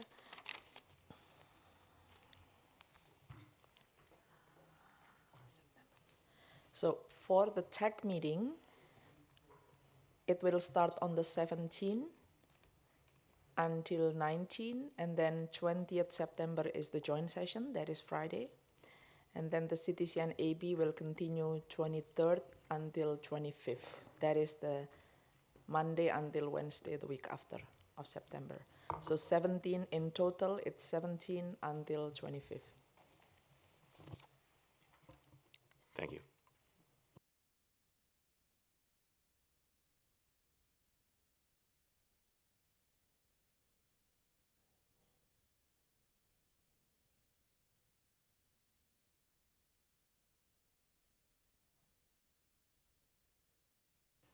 Okay. Fred, you have the floor. Yes. Is this the original date that we had proposed? Or it is a new proposed date? It's an old date. Yeah. And now you've mentioned some cost implications, additional cost implications. So with these dates, we have the venue assured, and if we want to change, there are additional costs and other issues that may arise. So that will guide us in making, in contributing to this discussion. But is there really a strong cause why we should not have it on these dates?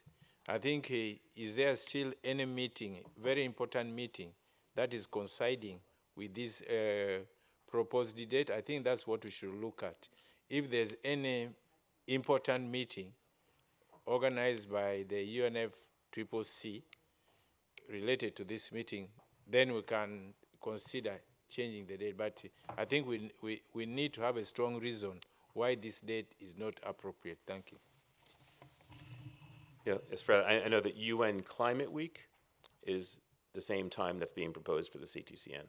And I know that at least Justin had hopes that we would be able to bring advisory board members and CTCN members to UN Climate Week to take advantage of that as an outreach, communications, networking opportunity. Justin, do you want to add? Yeah. Thanks, Owen. I think Annie might want to come in as well. So you have New York Climate Week, and then you have the UN General Assembly, and then you also have Global Goals Week, all at the same time.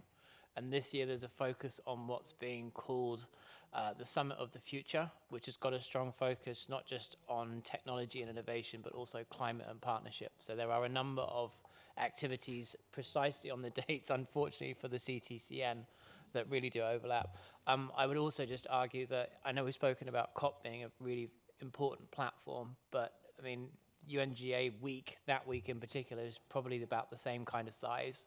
And in terms of the visibility, we probably actually end up getting more coverage. So there are a number of factors, and also some of, particularly from the resource mobilization perspective, which is why we included it under section 5.2, a lot of philanthropies and other entities, and I can see Isabel nodding, will also be present in New York at that time. It's just very, very unfortunate with the dates. Yeah. Thank you, Justin. Annie, you have the floor. UN Climate Week and all of those UN General Assembly and the plethora of activity happening in New York at that time has as much, if not more, visibility than COP. COP is great for climate geeks like all of us, but in the real world, UN Climate Week is bigger and there's more visibility. And so that is why I was always very supportive of making sure that the CTCN AB meeting would not clash with the activities of UN Climate Week for many reasons. Thank you.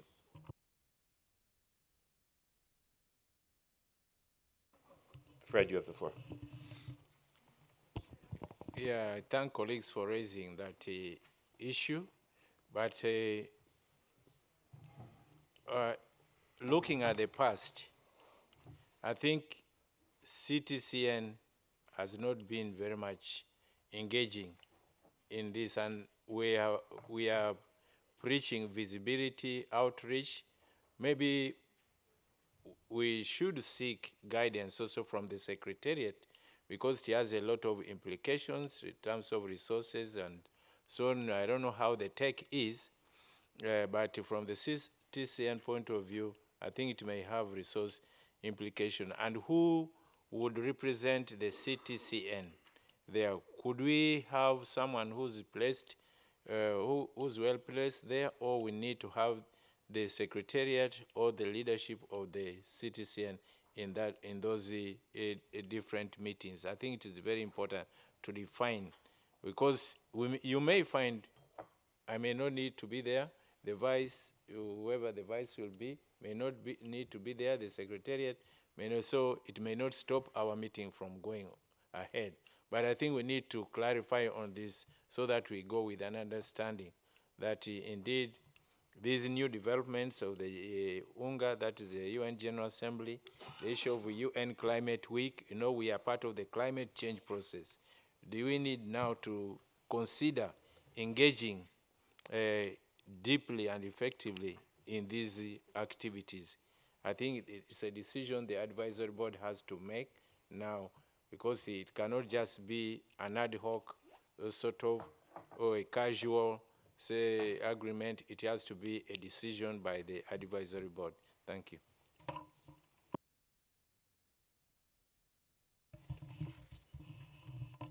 Thank you. Tibian, you have the floor. Thank you, Chair. And I think definitely taking notes of the points raised by members of the advisory board.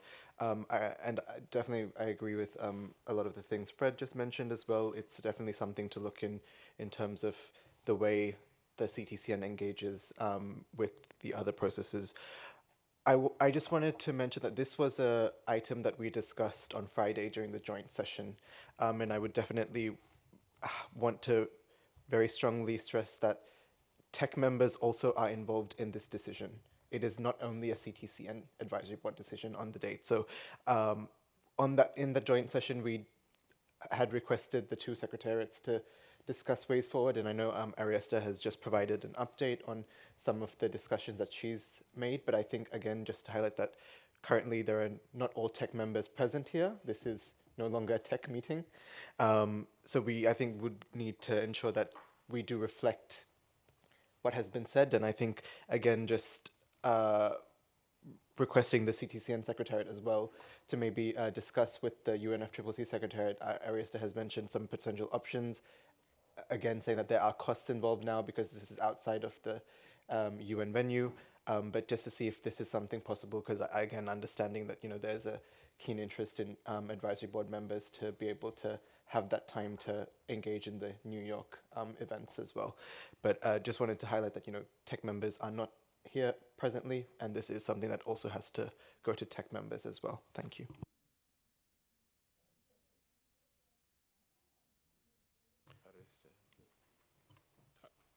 Ariesta, would you like the floor?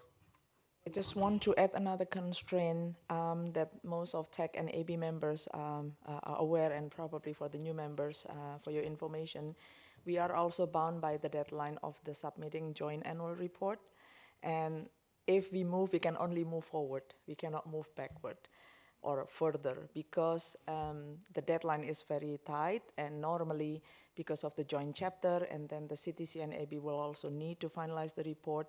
Then the chairs will, all four chairs will need to finalize the report. This year the COP comes early, and that's why the UNEC submission, the submission of official documents, if you want your report to be translated, also comes early. I think it comes like mid of October or something. So we really cannot move it further away, but only can move it backward. And the situations with the UNFCCC premises in Bonn is that we have 14 constituted bodies now.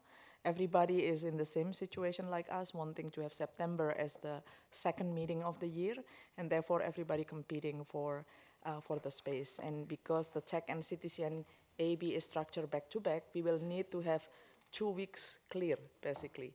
We cannot have some that overlap with the AC having a meeting or SCF and so on. So this is some of the challenges that currently we try to address.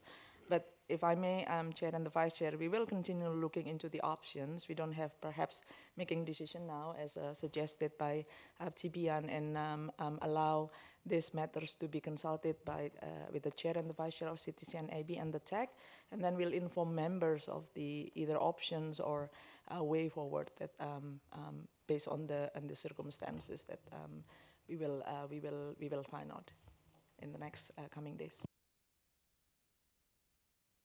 Thank you, Arias and Tibian. Yes, this was discussed at the joint session. The point was raised by some members that it would be preferable to avoid a conflict with UN Climate Week. The response to the group on Friday was that the Secretariat would consider options, appreciate that you have already apparently done some more research and considered options. So I think we will need to let the Secretariats together, consulting with the co-chairs, make the decision. But I don't know if anybody would like to respond. Perhaps Justin, Fred had some specific questions about what is the need really for, what's the potential for advisory board members to actually attend UN Climate Week to really judge about how serious of a conflict this is. Justin, would you like to give us a little bit more of your sense, your sort of vision of how we would have strong CTCN advisory board presence at UN Climate Week that would justify trying to avoid this conflict, to answer Fred's questions? Yeah, I think first and foremost, as Annie has said, I think in terms of the scale, you're probably looking at around 30,000 sustainability professionals, CEOs, heads of philanthropic organizations, heads of state, ministers of environment, finance, on site for that particular week, which is unfortunately the precise dates of CTCN, as currently scheduled.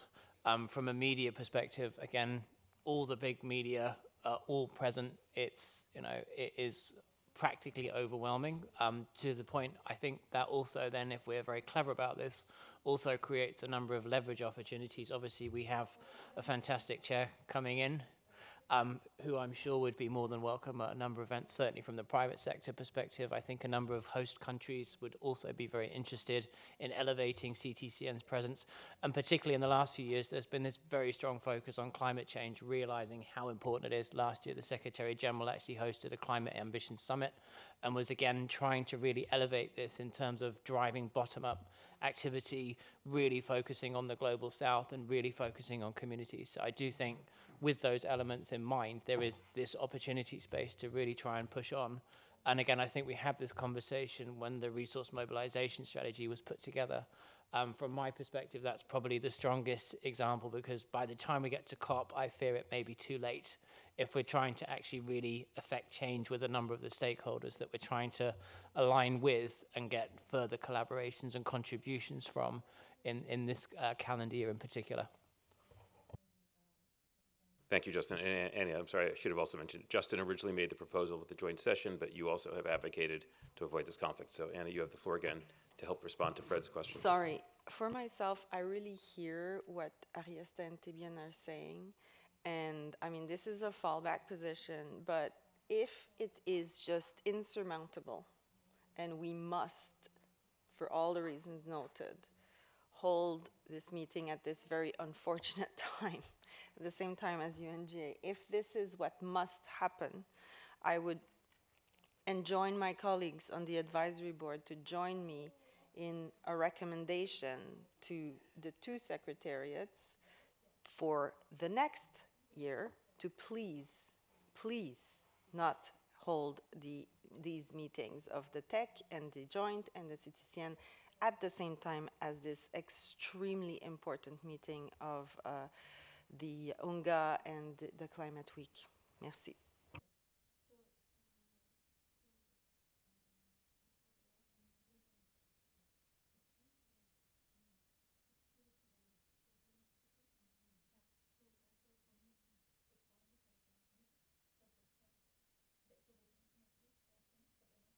Teaching, you have the floor. Thank you, Chair. I just asking Ariesta for a clarification.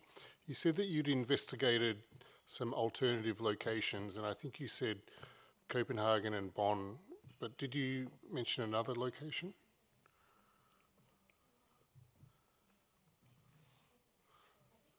Ariesta, you have the floor.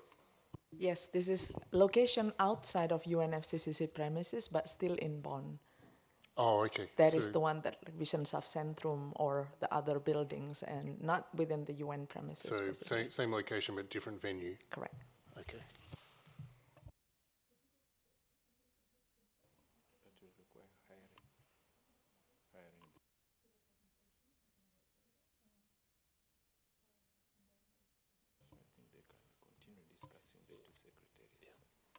Unless there are any other comments on this item, we'll let the secretariats take this discussion into account as they make a decision in consultation with the four co-chairs. Okay? All right, thank you, everyone. So now, Fred and I are suggesting that we just flip the final two agenda items around, and that we first have a discussion about the structure of the CTCN task forces, and then we close with the selection of the new chair and vice chair. Do you have any objections to that change to the agenda? Okay, so now we go to item 30.2, structure of the advisory board task forces. I'd like to draw your attention to meeting documents 23/30.2, CTCN structure of advisory board task forces. And I would like to ask the secretariat to present on this item. Rajiv, the floor is yours. The Secretariat has not prepared any presentation, but we would be able to project the document on the screen. This document was meant for information purpose with regards to the structure, with regards to the various task forces which exist. And some of the task forces have completed the objective for which it had been created. So it was more of an information document for the attention of all the advisory board members. But yeah.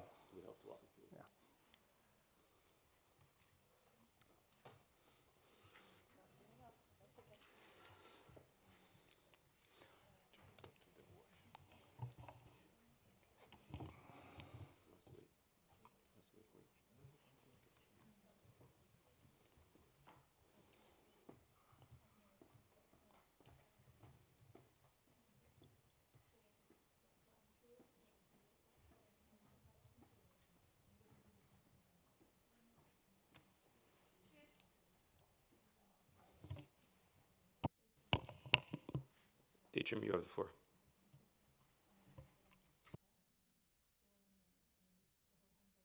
Yeah, so I mean, just to make sure for item 30.1 that we have enough quorum, because I also have to leave and Christopher already left, so maybe if we can keep the order.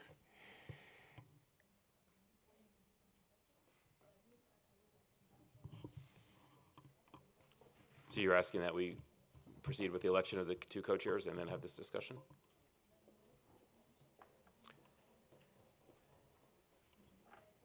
The secretary can count, but I have to leave in like 30 to 45 minutes. Okay, we'll finish before then, but I think we'll finish before then. I think it'll be okay.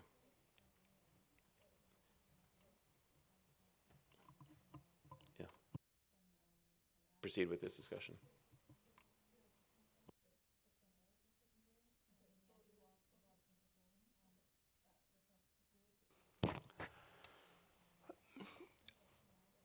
Means the CTCN has been during the joint meeting of the TEC and the CTCN advisory board. There was a presentation made, and I don't recall exactly the number, but there are something like 16 to 18 groups and task forces or activity groups which are in operation, CTCN, which are in operation. Some of these are the joint work, and therefore the CTCN as a secretariat has to has to be present in all of this and contribute to all of this. On the CTCN sides, on the screen you'll see the prioritization task force which was established. This activity has been completed, and there were 11 task force members. The task force can be closed because we have met the objective for which the task force was created. The CTCN resource mobilization task force was also created, again with the objective to produce the resource mobilization strategy. This strategy was endorsed during the last COP, and number of members of the task force have been replaced by, or at least couple of them have been replaced by new members. Scroll down, please. There is a task force on which we call the digitalization task force, which was discussing the green technology database and the distributed ledger. And as per the discussions which happened on Friday during the joint meeting, the guidance which we received that this task force can be merged with an overall digitalization task force. Next slide, please. So these are the task force where the tech is leading, joint open-ended activity group on monitoring and evaluation, but we are contributing and we have made presentations during this meeting.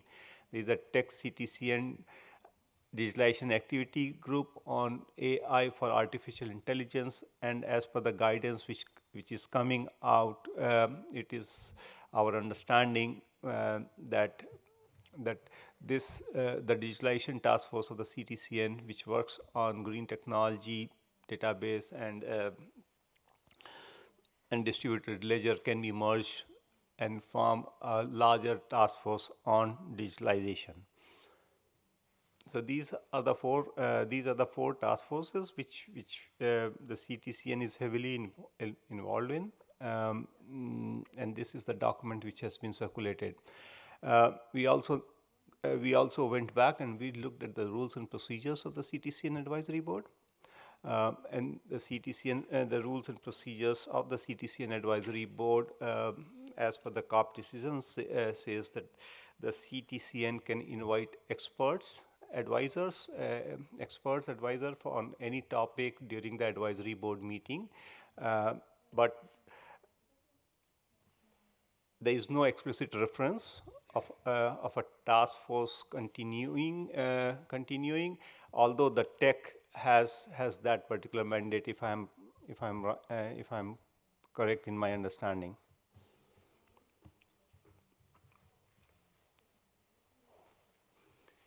Yeah, that's all from my side. Okay, so now is the opportunity for advisory board members to decide how do you want to structure engagement in between meetings.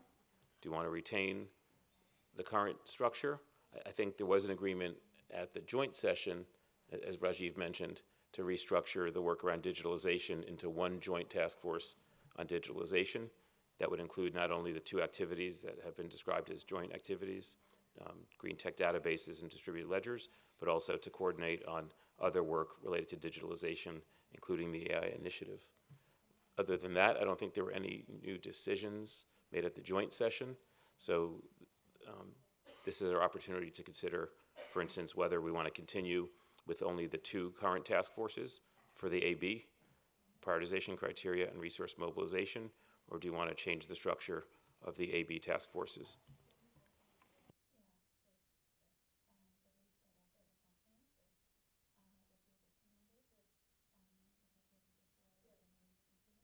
I'd like to have Fred, then the order I saw was Ketty, and then Lydia. Fred, you have the floor. Yeah, just one request for some clarification. First of all, I seem to hear from the Secretariat that the CTCN is not obliged to operate through task force, or there's no mandate. I'm not very clear what the message is. And then I also would like to mention that we got what we want on prioritization because of the advantage of having the task force for that very purpose. We also did resource mobilization and the ZT partnership through the task force, and realize positive results. So maybe with or without mandate, we could consider how we can engage in a similar way, like the task force model, to achieve what we want in case we are faced with some challenges and we want to address those challenges. Is it cast on stone when we say there is no mandate for the task force, so that we cannot operate through the task force? Is there any other alternative way? I seem also to understand that we may need to get a group, a team, based on demand, in case there is demand for a team or a task force to carry out that activity. But definitely, work has to move on. We have to deliver. If we don't have a task force, what is the alternative way of handling the various potential assignments that may come or may emerge out of our process? And we know the advisory board meetings, there are 2 in a year. So shall we wait for the meetings of the advisory board to discuss these important issues? And shall we be able to realize conclusions within the short period of the advisory board when there are other competing issues to be discussed? So these are issues that we have to resolve. And I think the advisory board has a mandate to decide the method of work that we are going to follow in order to deliver. The onus is on us to come up with a way that works, or something that works for us and that will help us deliver.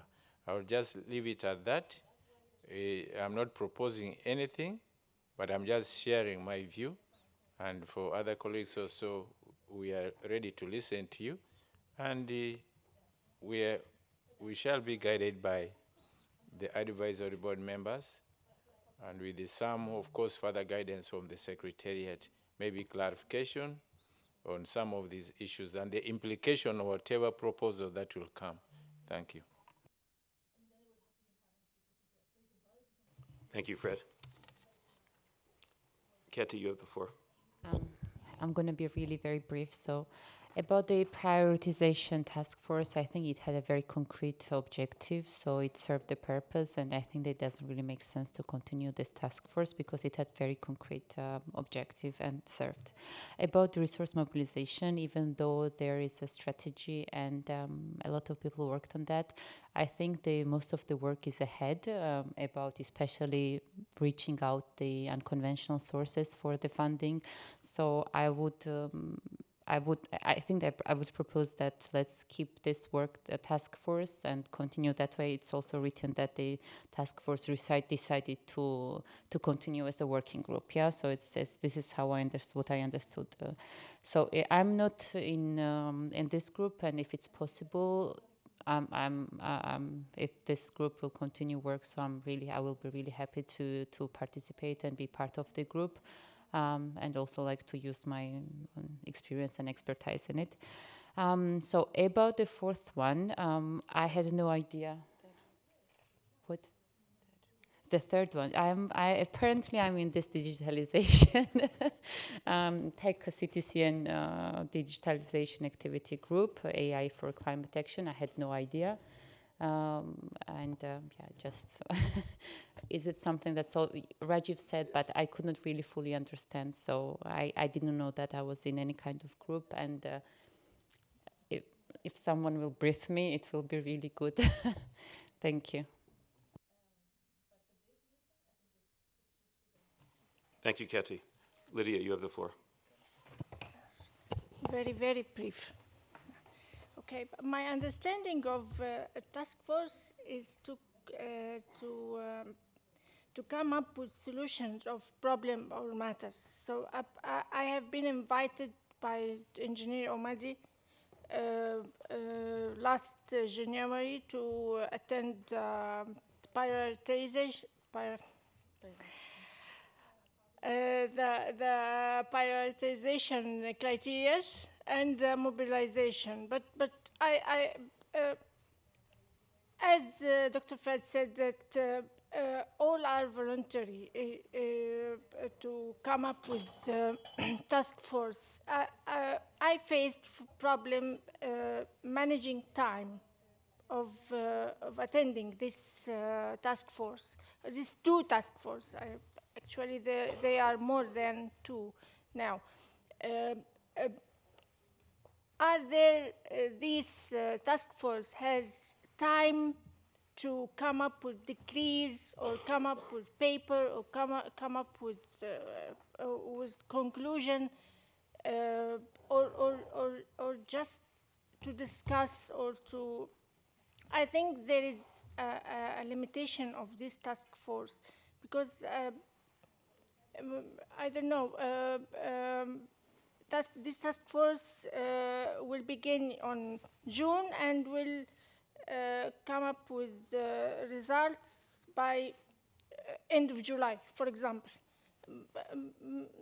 Not just to attend and discuss for 1 hour virtually or in person the matter is related to. That's my comment. Thank you. Thank you, Lydia. Stephen, you have the floor. Thank you, Chair. I agree with others who say we do need to have a way to engage intersessionally. I think that's very important.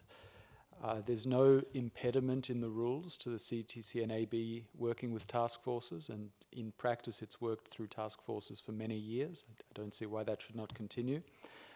I think it makes sense that the prioritization task force closes, as indeed we have fulfilled its mission. I equally think it's important that we continue the work of the resource mobilization task force, as really that work is very much before us. So my comments are there. Thank you. Thank you, Stephen. Fred, you have the floor. Yeah, thank you all those who have made contribution on this. And I think what I see coming up is that task force is useful. There's a general agreement on that. And then if I heard from Egypt, from Lydia, task force must have a specific assignment and a timeline to deliver. And then based on that, I would like also to say that sometimes we may give a timeline and a specific task to a task force, and if we feel they are unfinished work, I think we can determine whether that task force can continue. Just like Stephen has said, the task force on prioritization, I think it has done its work.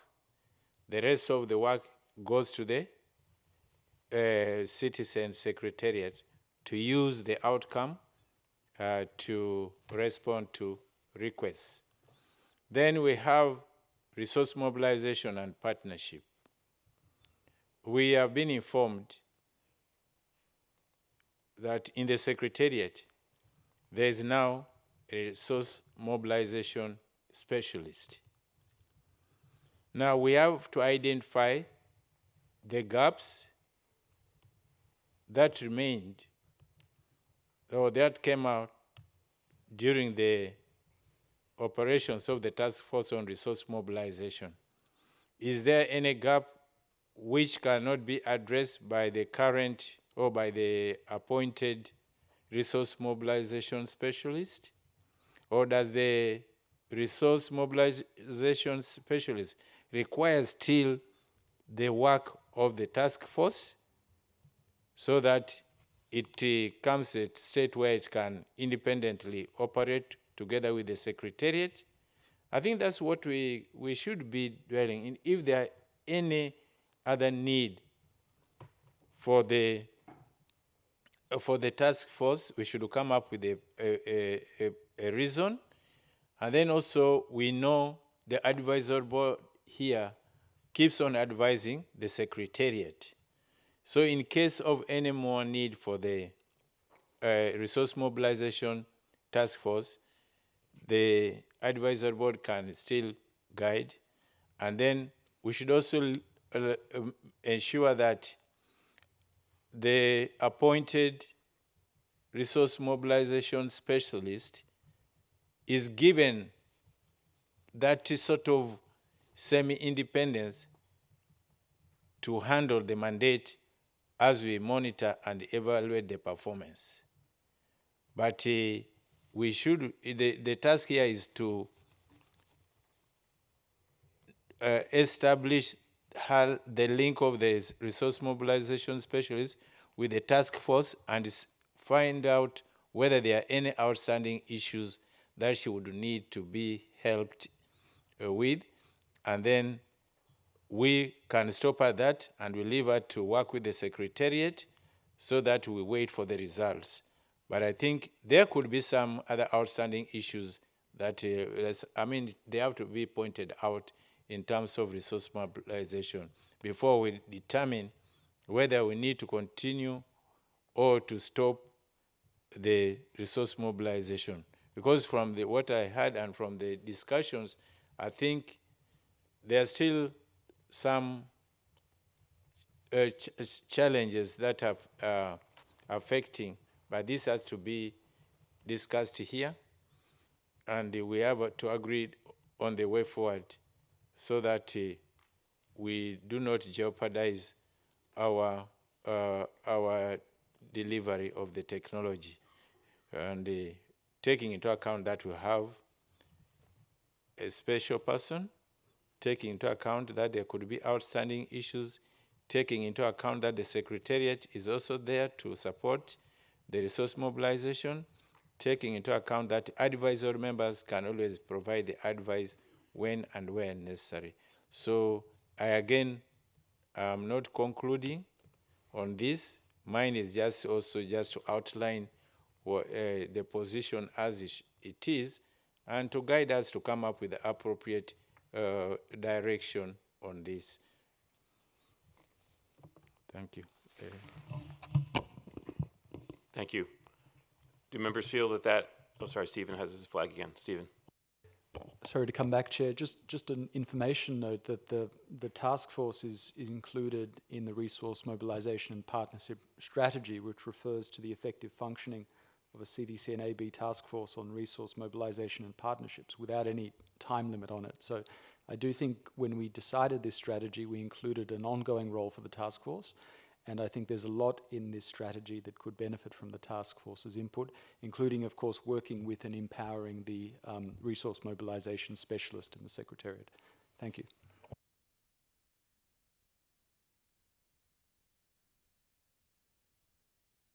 Thank you, Stephen. Are members comfortable in terms of where we stand with the structure of task forces moving forward, or do we need any more clarity about what the guidance or process is?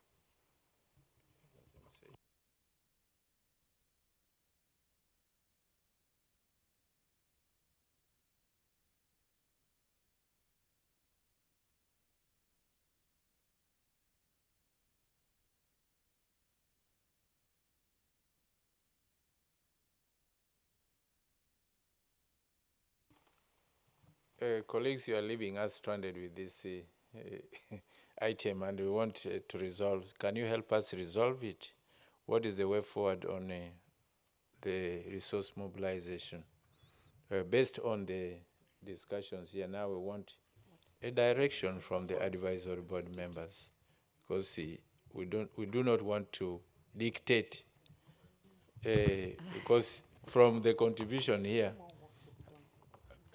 Thank you so much, those who have raised the flag, and I will start with Justin, then Lydia. Thank you, Fred. I'll be brief. I just want to support what Stephen has said. I think we need to align with the strategy because that was approved. And I think you've touched on it already, Fred. There seems to be quite a lot of work still to do. So I think at least for, can I say, the foreseeable future, I think the task force probably should stay in place because I think the more hands, the more help we can give the Secretariat, particularly at this stage, the more I think we have a higher chance of seeing successful outcomes.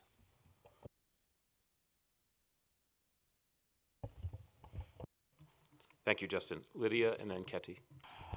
Thank you, Chair. I advise to put a time frame for this task force in order to be clear with the outcome of this task force regarding mobilization of resources. Because as the Vice Chair said, Dr. Fred, CTCN has an expert to know what's the challenge, how to solve, and they will come to us as a member of advisory board to see how to can help or can assist or can support. Thank you. Thank you, Lydia. Ketty, you have the floor. Yeah, so I think there is an agreement about the prioritization task force, so there is no need to continue this because it served the purpose. About the resource mobilization, so I think we are more or less on this on the same page here. We all echoed, I think, because once there is a reference on this task force and the program, this is one thing. The other thing is like there is quite a lot work ahead, yeah, especially in terms of what we discussed today, what we've been discussing for the past 3 days. Let's keep this task force. And maybe we can reopen this like in 1 year. And of course, like we have the specialist and we will have some intersession now meetings, so we will see that. Let's now unite our resources with the specialist resources and let's see what this year will bring. Thank you, Ketty. Fred, you would like the floor? Yeah, I'll talk about the positive. The positive is that we all agree that this task force should continue. But there's also a concern that there should be a time limit. And we are also looking at the workshop that is coming in June, which is related to linkages between financial mechanism and the technology mechanism. This may have or may inform on our decision on this. So tentatively, I think we can keep this task force pending the outcome of the workshop that will be there in Bonn during the June meeting. And I would also like to say that we should not set a precedent whereby a task force continues forever. I think a task force should have an assignment, it completes the assignment, hands over the outcome for implementation by other players. And that's how we should structure our task force. And if we see it is still necessary to maintain, then we have to agree together to maintain that task force. I think those should be the principles that we use. But for this task force, Chair, I would also agree with the members that can continue, and then we wait for the outcome of the June workshop. We'll see what comes out from there. And I think that is my capture from what has been discussed. But members may have their own other views on this. Thank you. Thank you, Fred. I think that represents a a good way forward, reflecting the discussion. So we'll continue the Resource Mobilization Partnership Task Force. I think members recognize that the prioritization criteria task force achieved its objective and doesn't need to continue. And I understand that I believe it's within the capacity of the advisory board, you know, in cooperation with the Secretariat, to decide to organize itself differently in terms of new task forces if members end up proposing different task forces they want to create. So with that understanding, I think we can move forward. Okay, I haven't heard any proposals for a new task, a specific new advisory board task force, correct? Okay.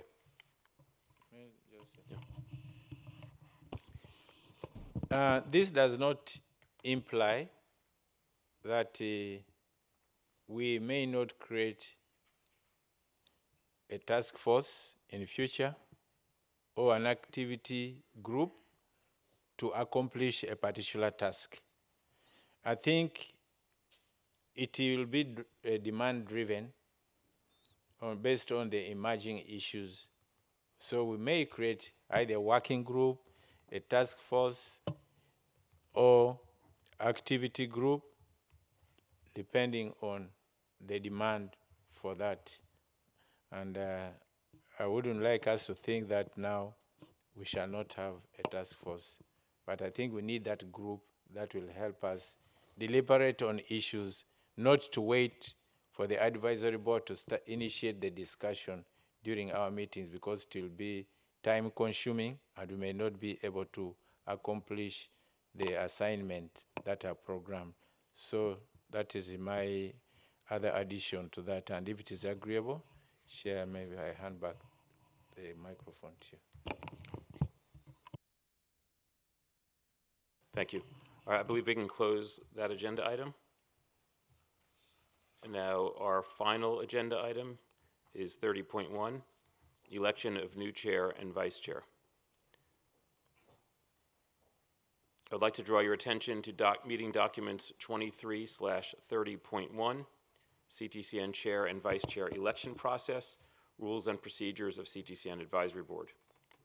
Following the guidance provided by the COP decisions related to the election of the chair and vice chair of the CTCN Advisory Board, the Advisory Board shall elect annually a chair and a vice chair from among its government members for a term of 1 year each. In practice, only a vice chair needs to be elected annually, since the current vice chair shall be elected as the new chair after the current chair completes his term. The position of vice chair is currently occupied by Mr. Fred Onduri of Uganda. Therefore, Fred shall begin his term as chair at the end of this advisory board meeting until the end of the 25th meeting in 2025. The advisory board should now elect a new vice chair from among the Annex 1 parties. The election of a vice chair should take into consideration the member's remaining term in office, as well as the member's eligibility for re-election. As such, I would like to call upon advisory board members for nominations for a new vice chair.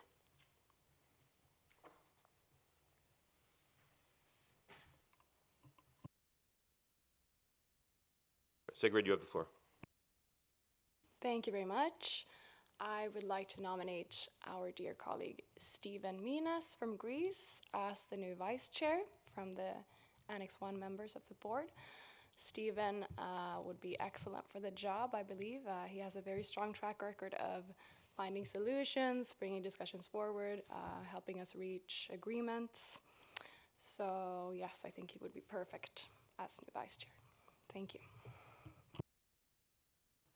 Thank you, Sigrid. Does anyone second the nomination? Annie, you have the floor. I happily second this nomination.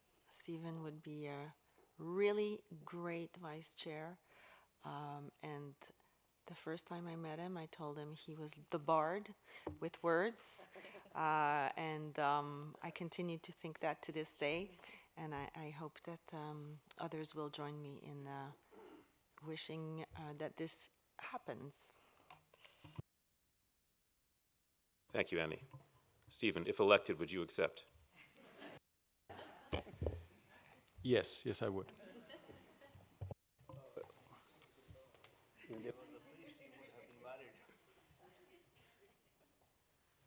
Is the board in consensus with the nomination?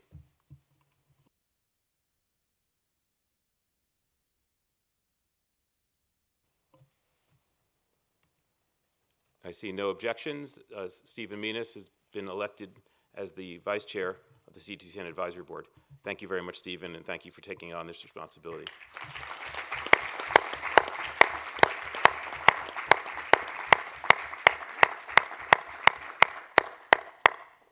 Stephen, you have the floor.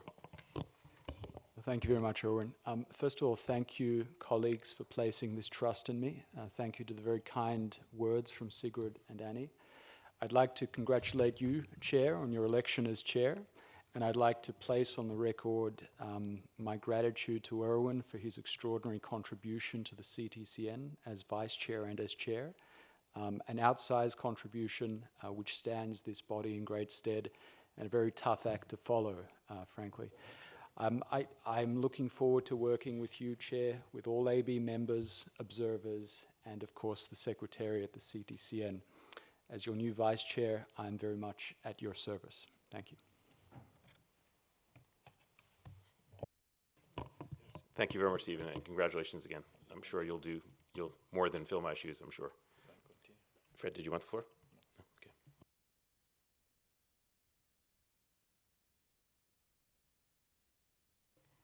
We now move to the final agenda item, 31, closure of the 23rd meeting of the Advisory Board. Colleagues, thank you very much for your continuous commitment to enhance the CTCN's work through your active engagement along the last days of these meetings. We have been briefed on the CTCN Secretariat activities of 2020-23. We have also endorsed the corresponding financial statement for 2023. We welcomed the work of the Secretariat on designing the logistic modalities for enhancing the role of NDEs. The CTCN Secretariat has taken note from the Advisory Board members and observers and the Secretariat interventions and will build on them for the best possible approach to be implemented.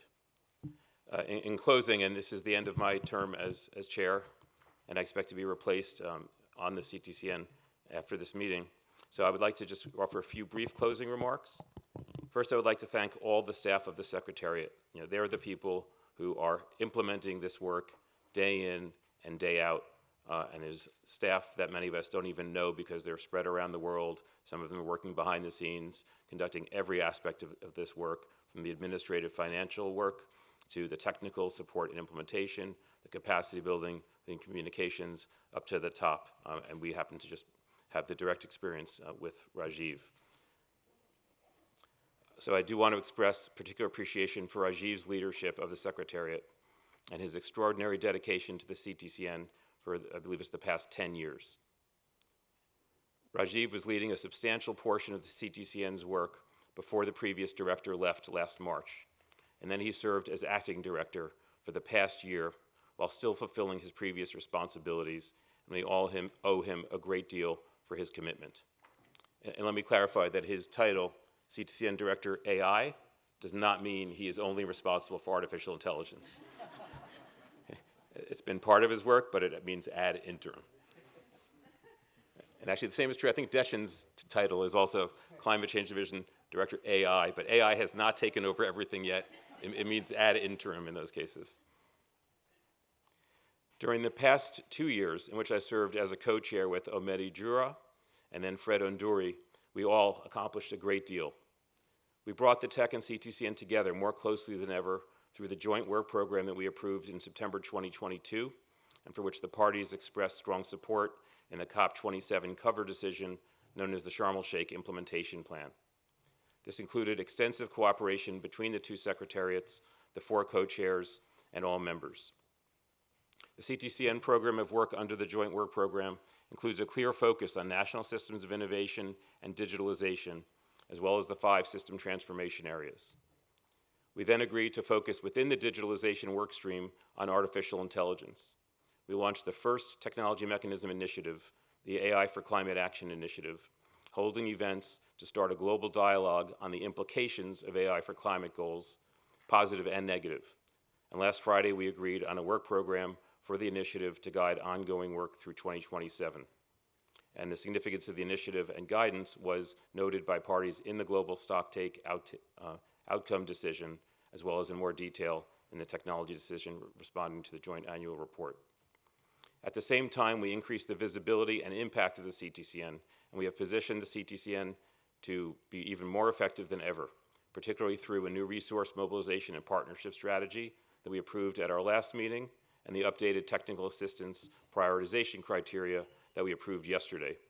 And that reflects the strategic focus we've had. Those were the two task forces we've maintained in the last year, and I think both task forces have delivered in terms of moving forward on resource mobilization and partnerships, and now revising these technical assistance criteria for the first time since 2015 to make sure that we're moving forward and evolving and progressing as an organization and effectively implementing this new work program.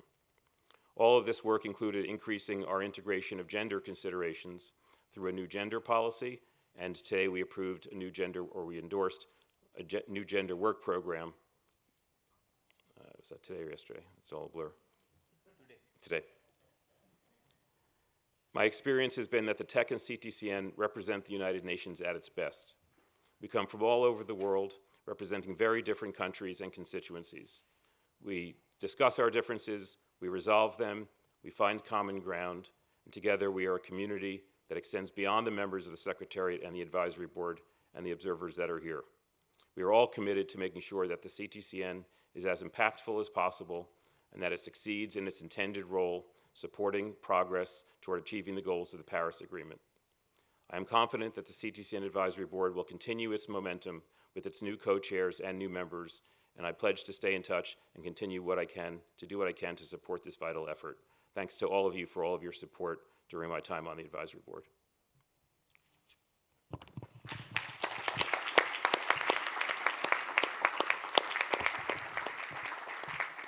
Thank you. I really appreciate it. It's really been a pleasure working with all of you. And now I congratulate Fred on his election as chair and Stephen again as vice chair.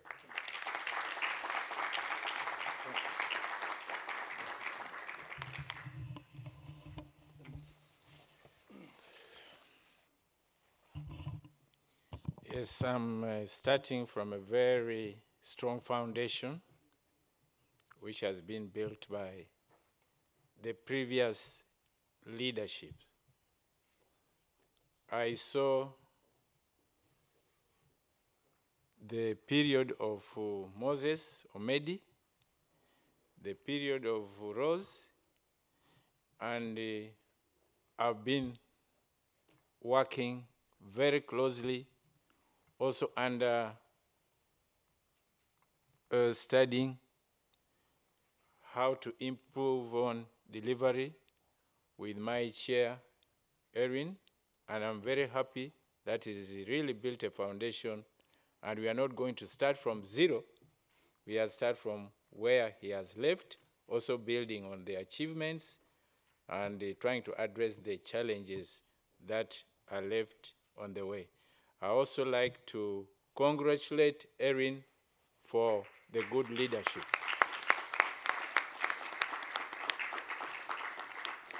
I think you all agree with his energy of pushing. When Erin wants something, he will get it. And when I want to resist something, I'll resist.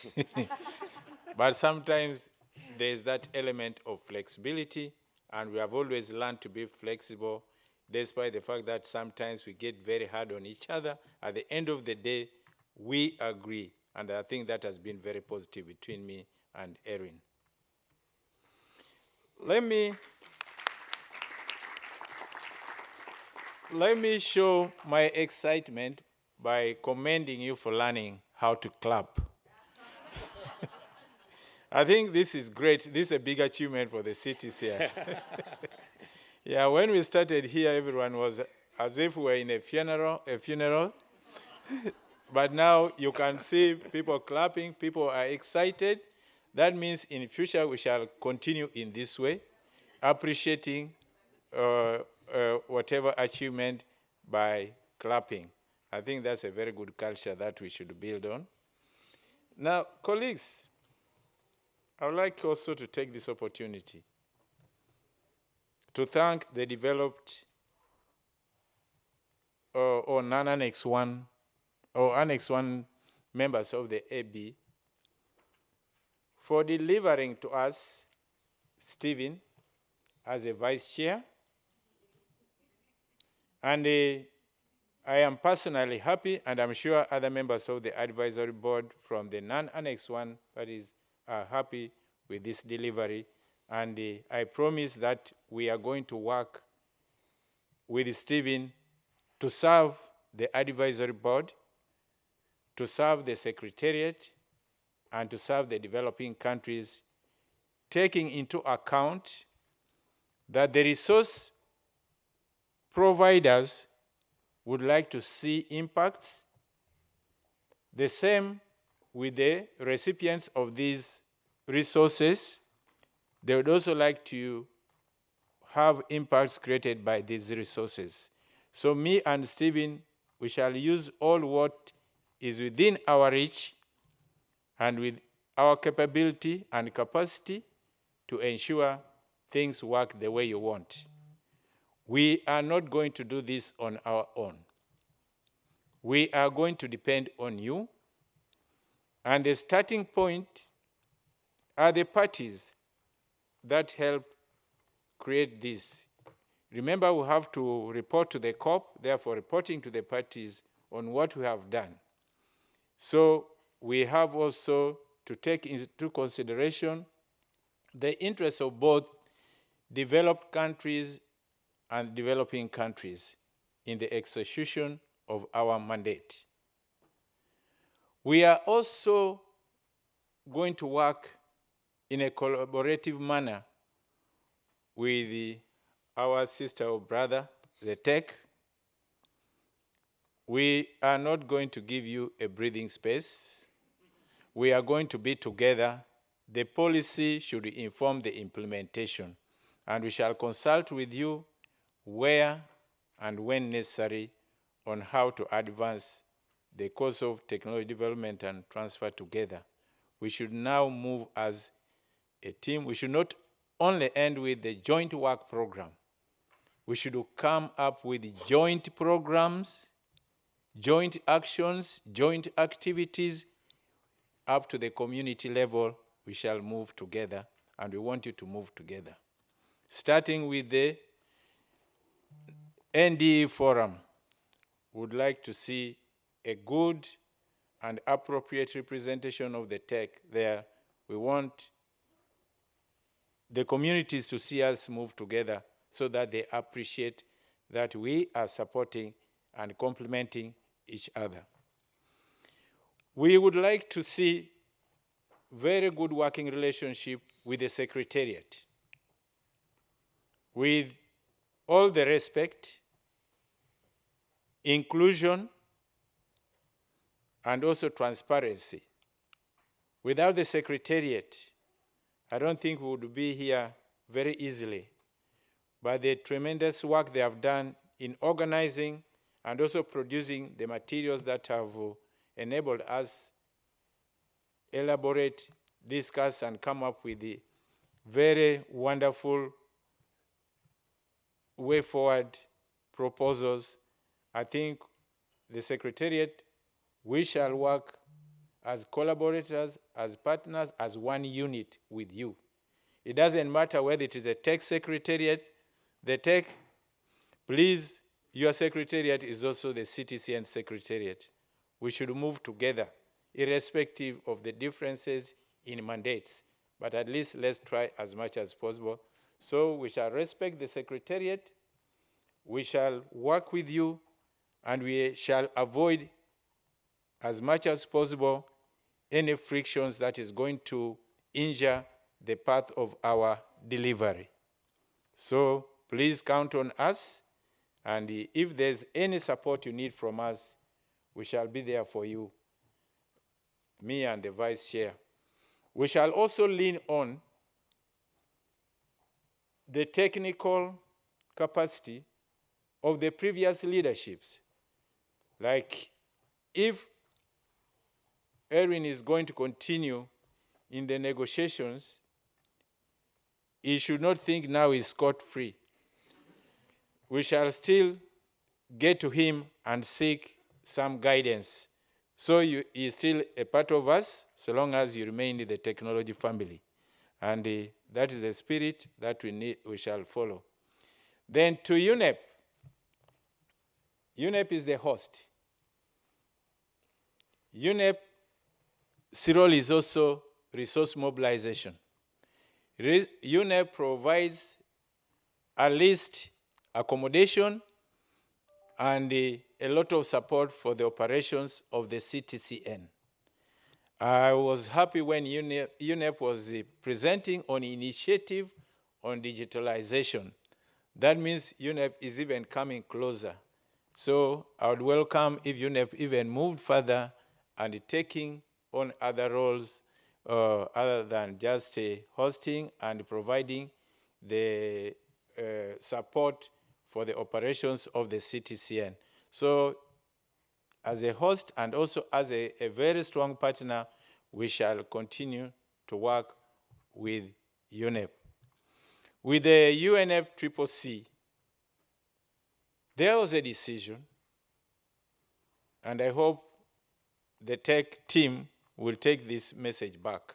We are looking forward to a time when the executive secretary of UNFCCC will work together with the UNEP leadership to raise funds for the CTCN for the implementation of its mandate. We should not leave CTCN to the UNEP just because UNEP offered to host.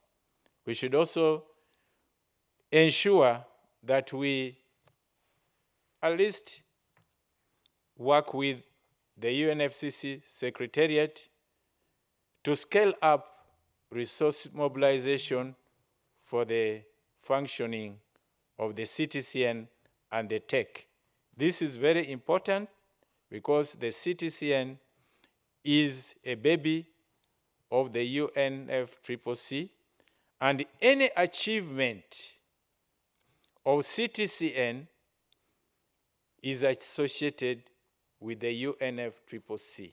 So if CTCN achieves in transformational changes in the communities, definitely the credit will also go to UNFCCC and will also go to UNEP.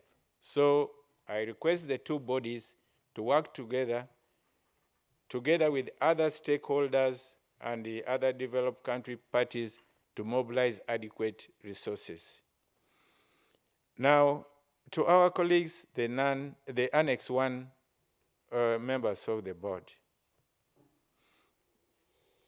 my view of your role is to help us mobilize resources.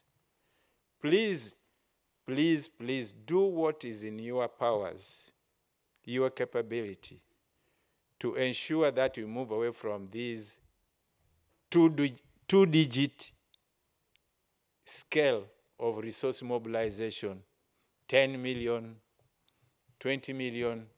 Let us try to make it three-digit. And that would be very wonderful, because we have to implement the TNAs, we have to implement the joint work program, and if you talk of 20 million, even if it is 30, it is a drop in the ocean if we are going to achieve all these assignments or what is expected of us. So, in my conclusion, I would like to appreciate Erin, Rajiv, the CTCN Secretariat in a special way for their good work, the Tech Secretariat for enhancing the collaboration. I really appreciate, and you have been with us here from the beginning up to now.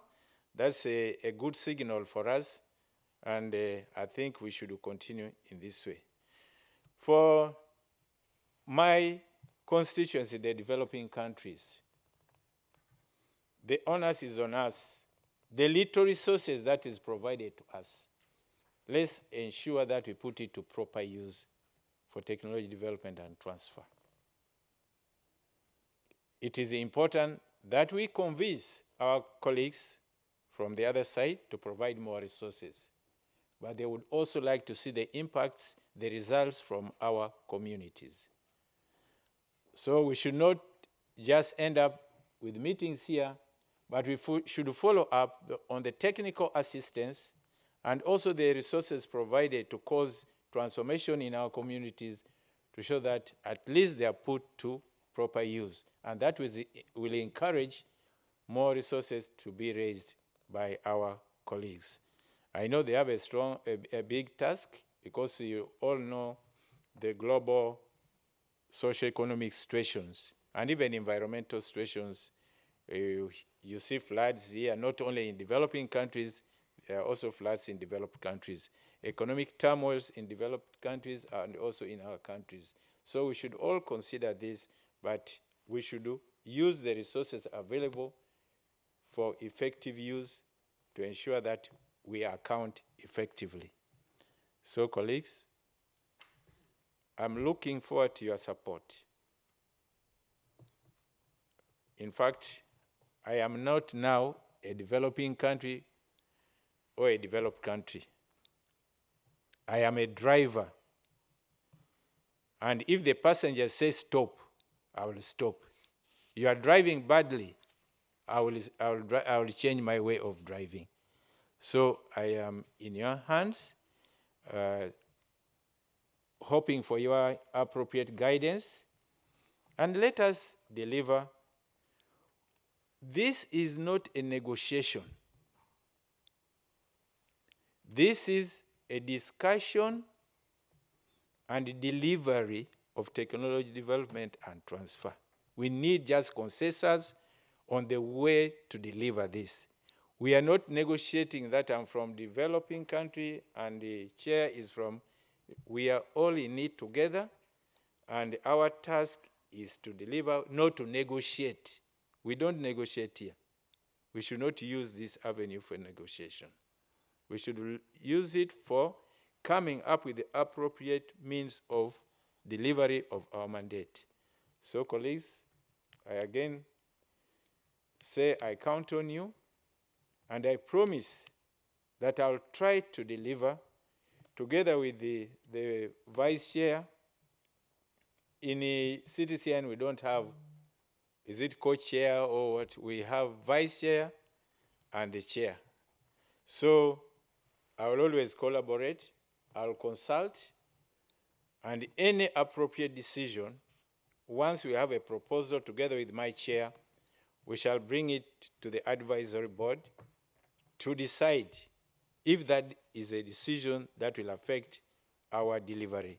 We shall always bring it to you. We shall consult with you so that you guide us further. And I think with those few remarks, let me now turn to our colleagues. We have the current COP presidency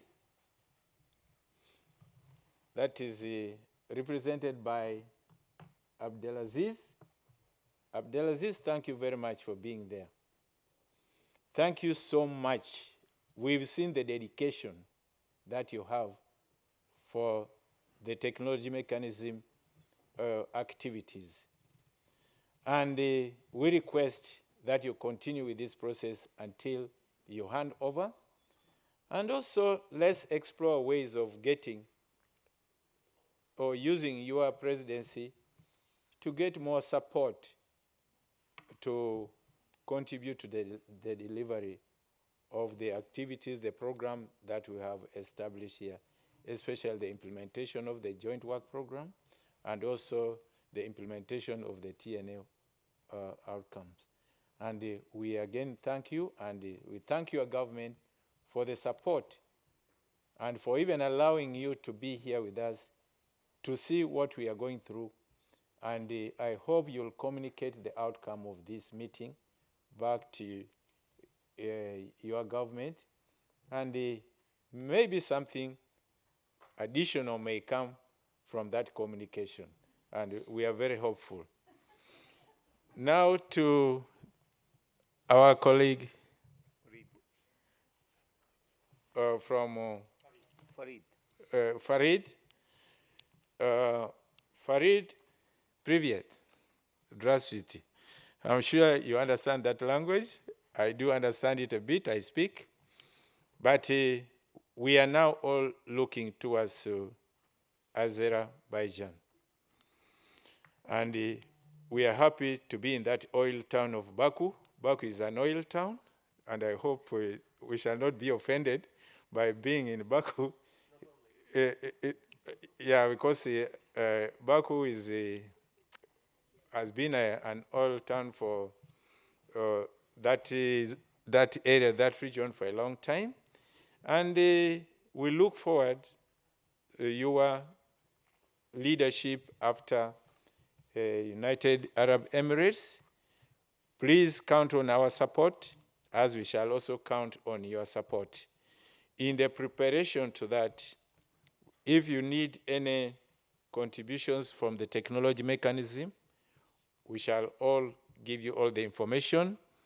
But our request to you is to increase our visibility, become our ambassador wherever you go, mention the technology mechanism, and you have heard our constituency here, mainly financial, logistical support.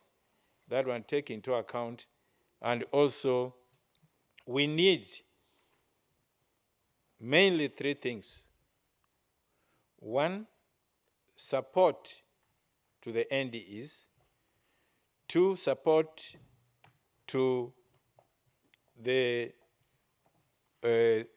Climate Technology Center network and the implementation of NDEs, among others. But those are very crucial for us to exhibit our visibility and to show our performance. So I again thank the Secretariat for putting us here in this facility. I think we have had a good facility for arranging the logistical support. We've enjoyed the tea, the coffee, the water, and the juice. And I look forward to meeting you in the future. In a very near future, I think some of you will be in Bonn during the SB session. But if there's anything that comes in between, please let us know so that we can take it up.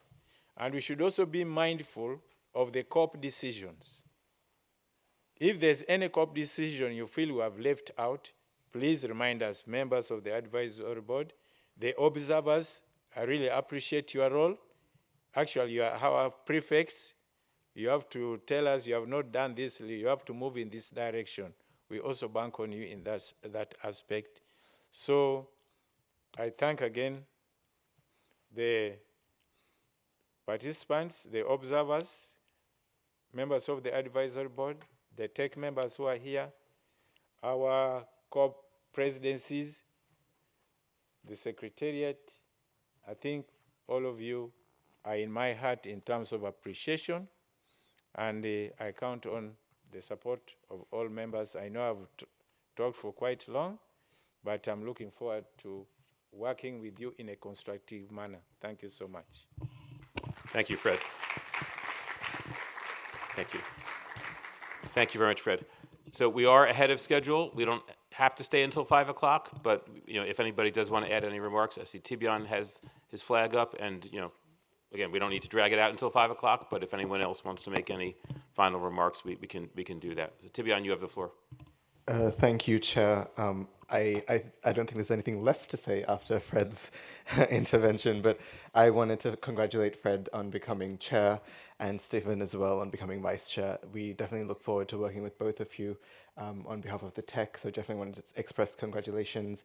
And you have definitely, in your intervention, highlighted areas in which you'd want to see collaboration. You've gone through the work programs and further joint activities and joint programs, and I think these are all areas we can collaborate. Not so sure on the T-shirts, but on other things, I think we definitely have scope to work on those. And I also just wanted to take the chance to thank you, Owen, for your leadership as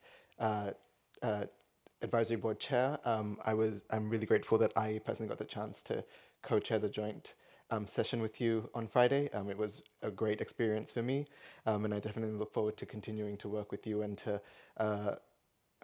being in touch with you even after this session, to gain your insight and expertise on this. So thank you so much for all the work you've done. And once again, congratulations, Fred, congratulations, Stephen. We really look forward to working with you both. Thank you. Thank you, Tibion. Appreciate that very much. Yeah, okay, yeah. So seeing no other flags, we don't have a gavel, but we have a bell. That'd actually be nicer, I think. So thanks again to everyone involved. Thank you very much to the Secretariat team for all the hard work, to the Government of Denmark for hosting us at this meeting. And I hereby declare the closure of the 23rd meeting of the CTCN Advisory Board. I wish you all a safe journey back home and best of luck in your continued work.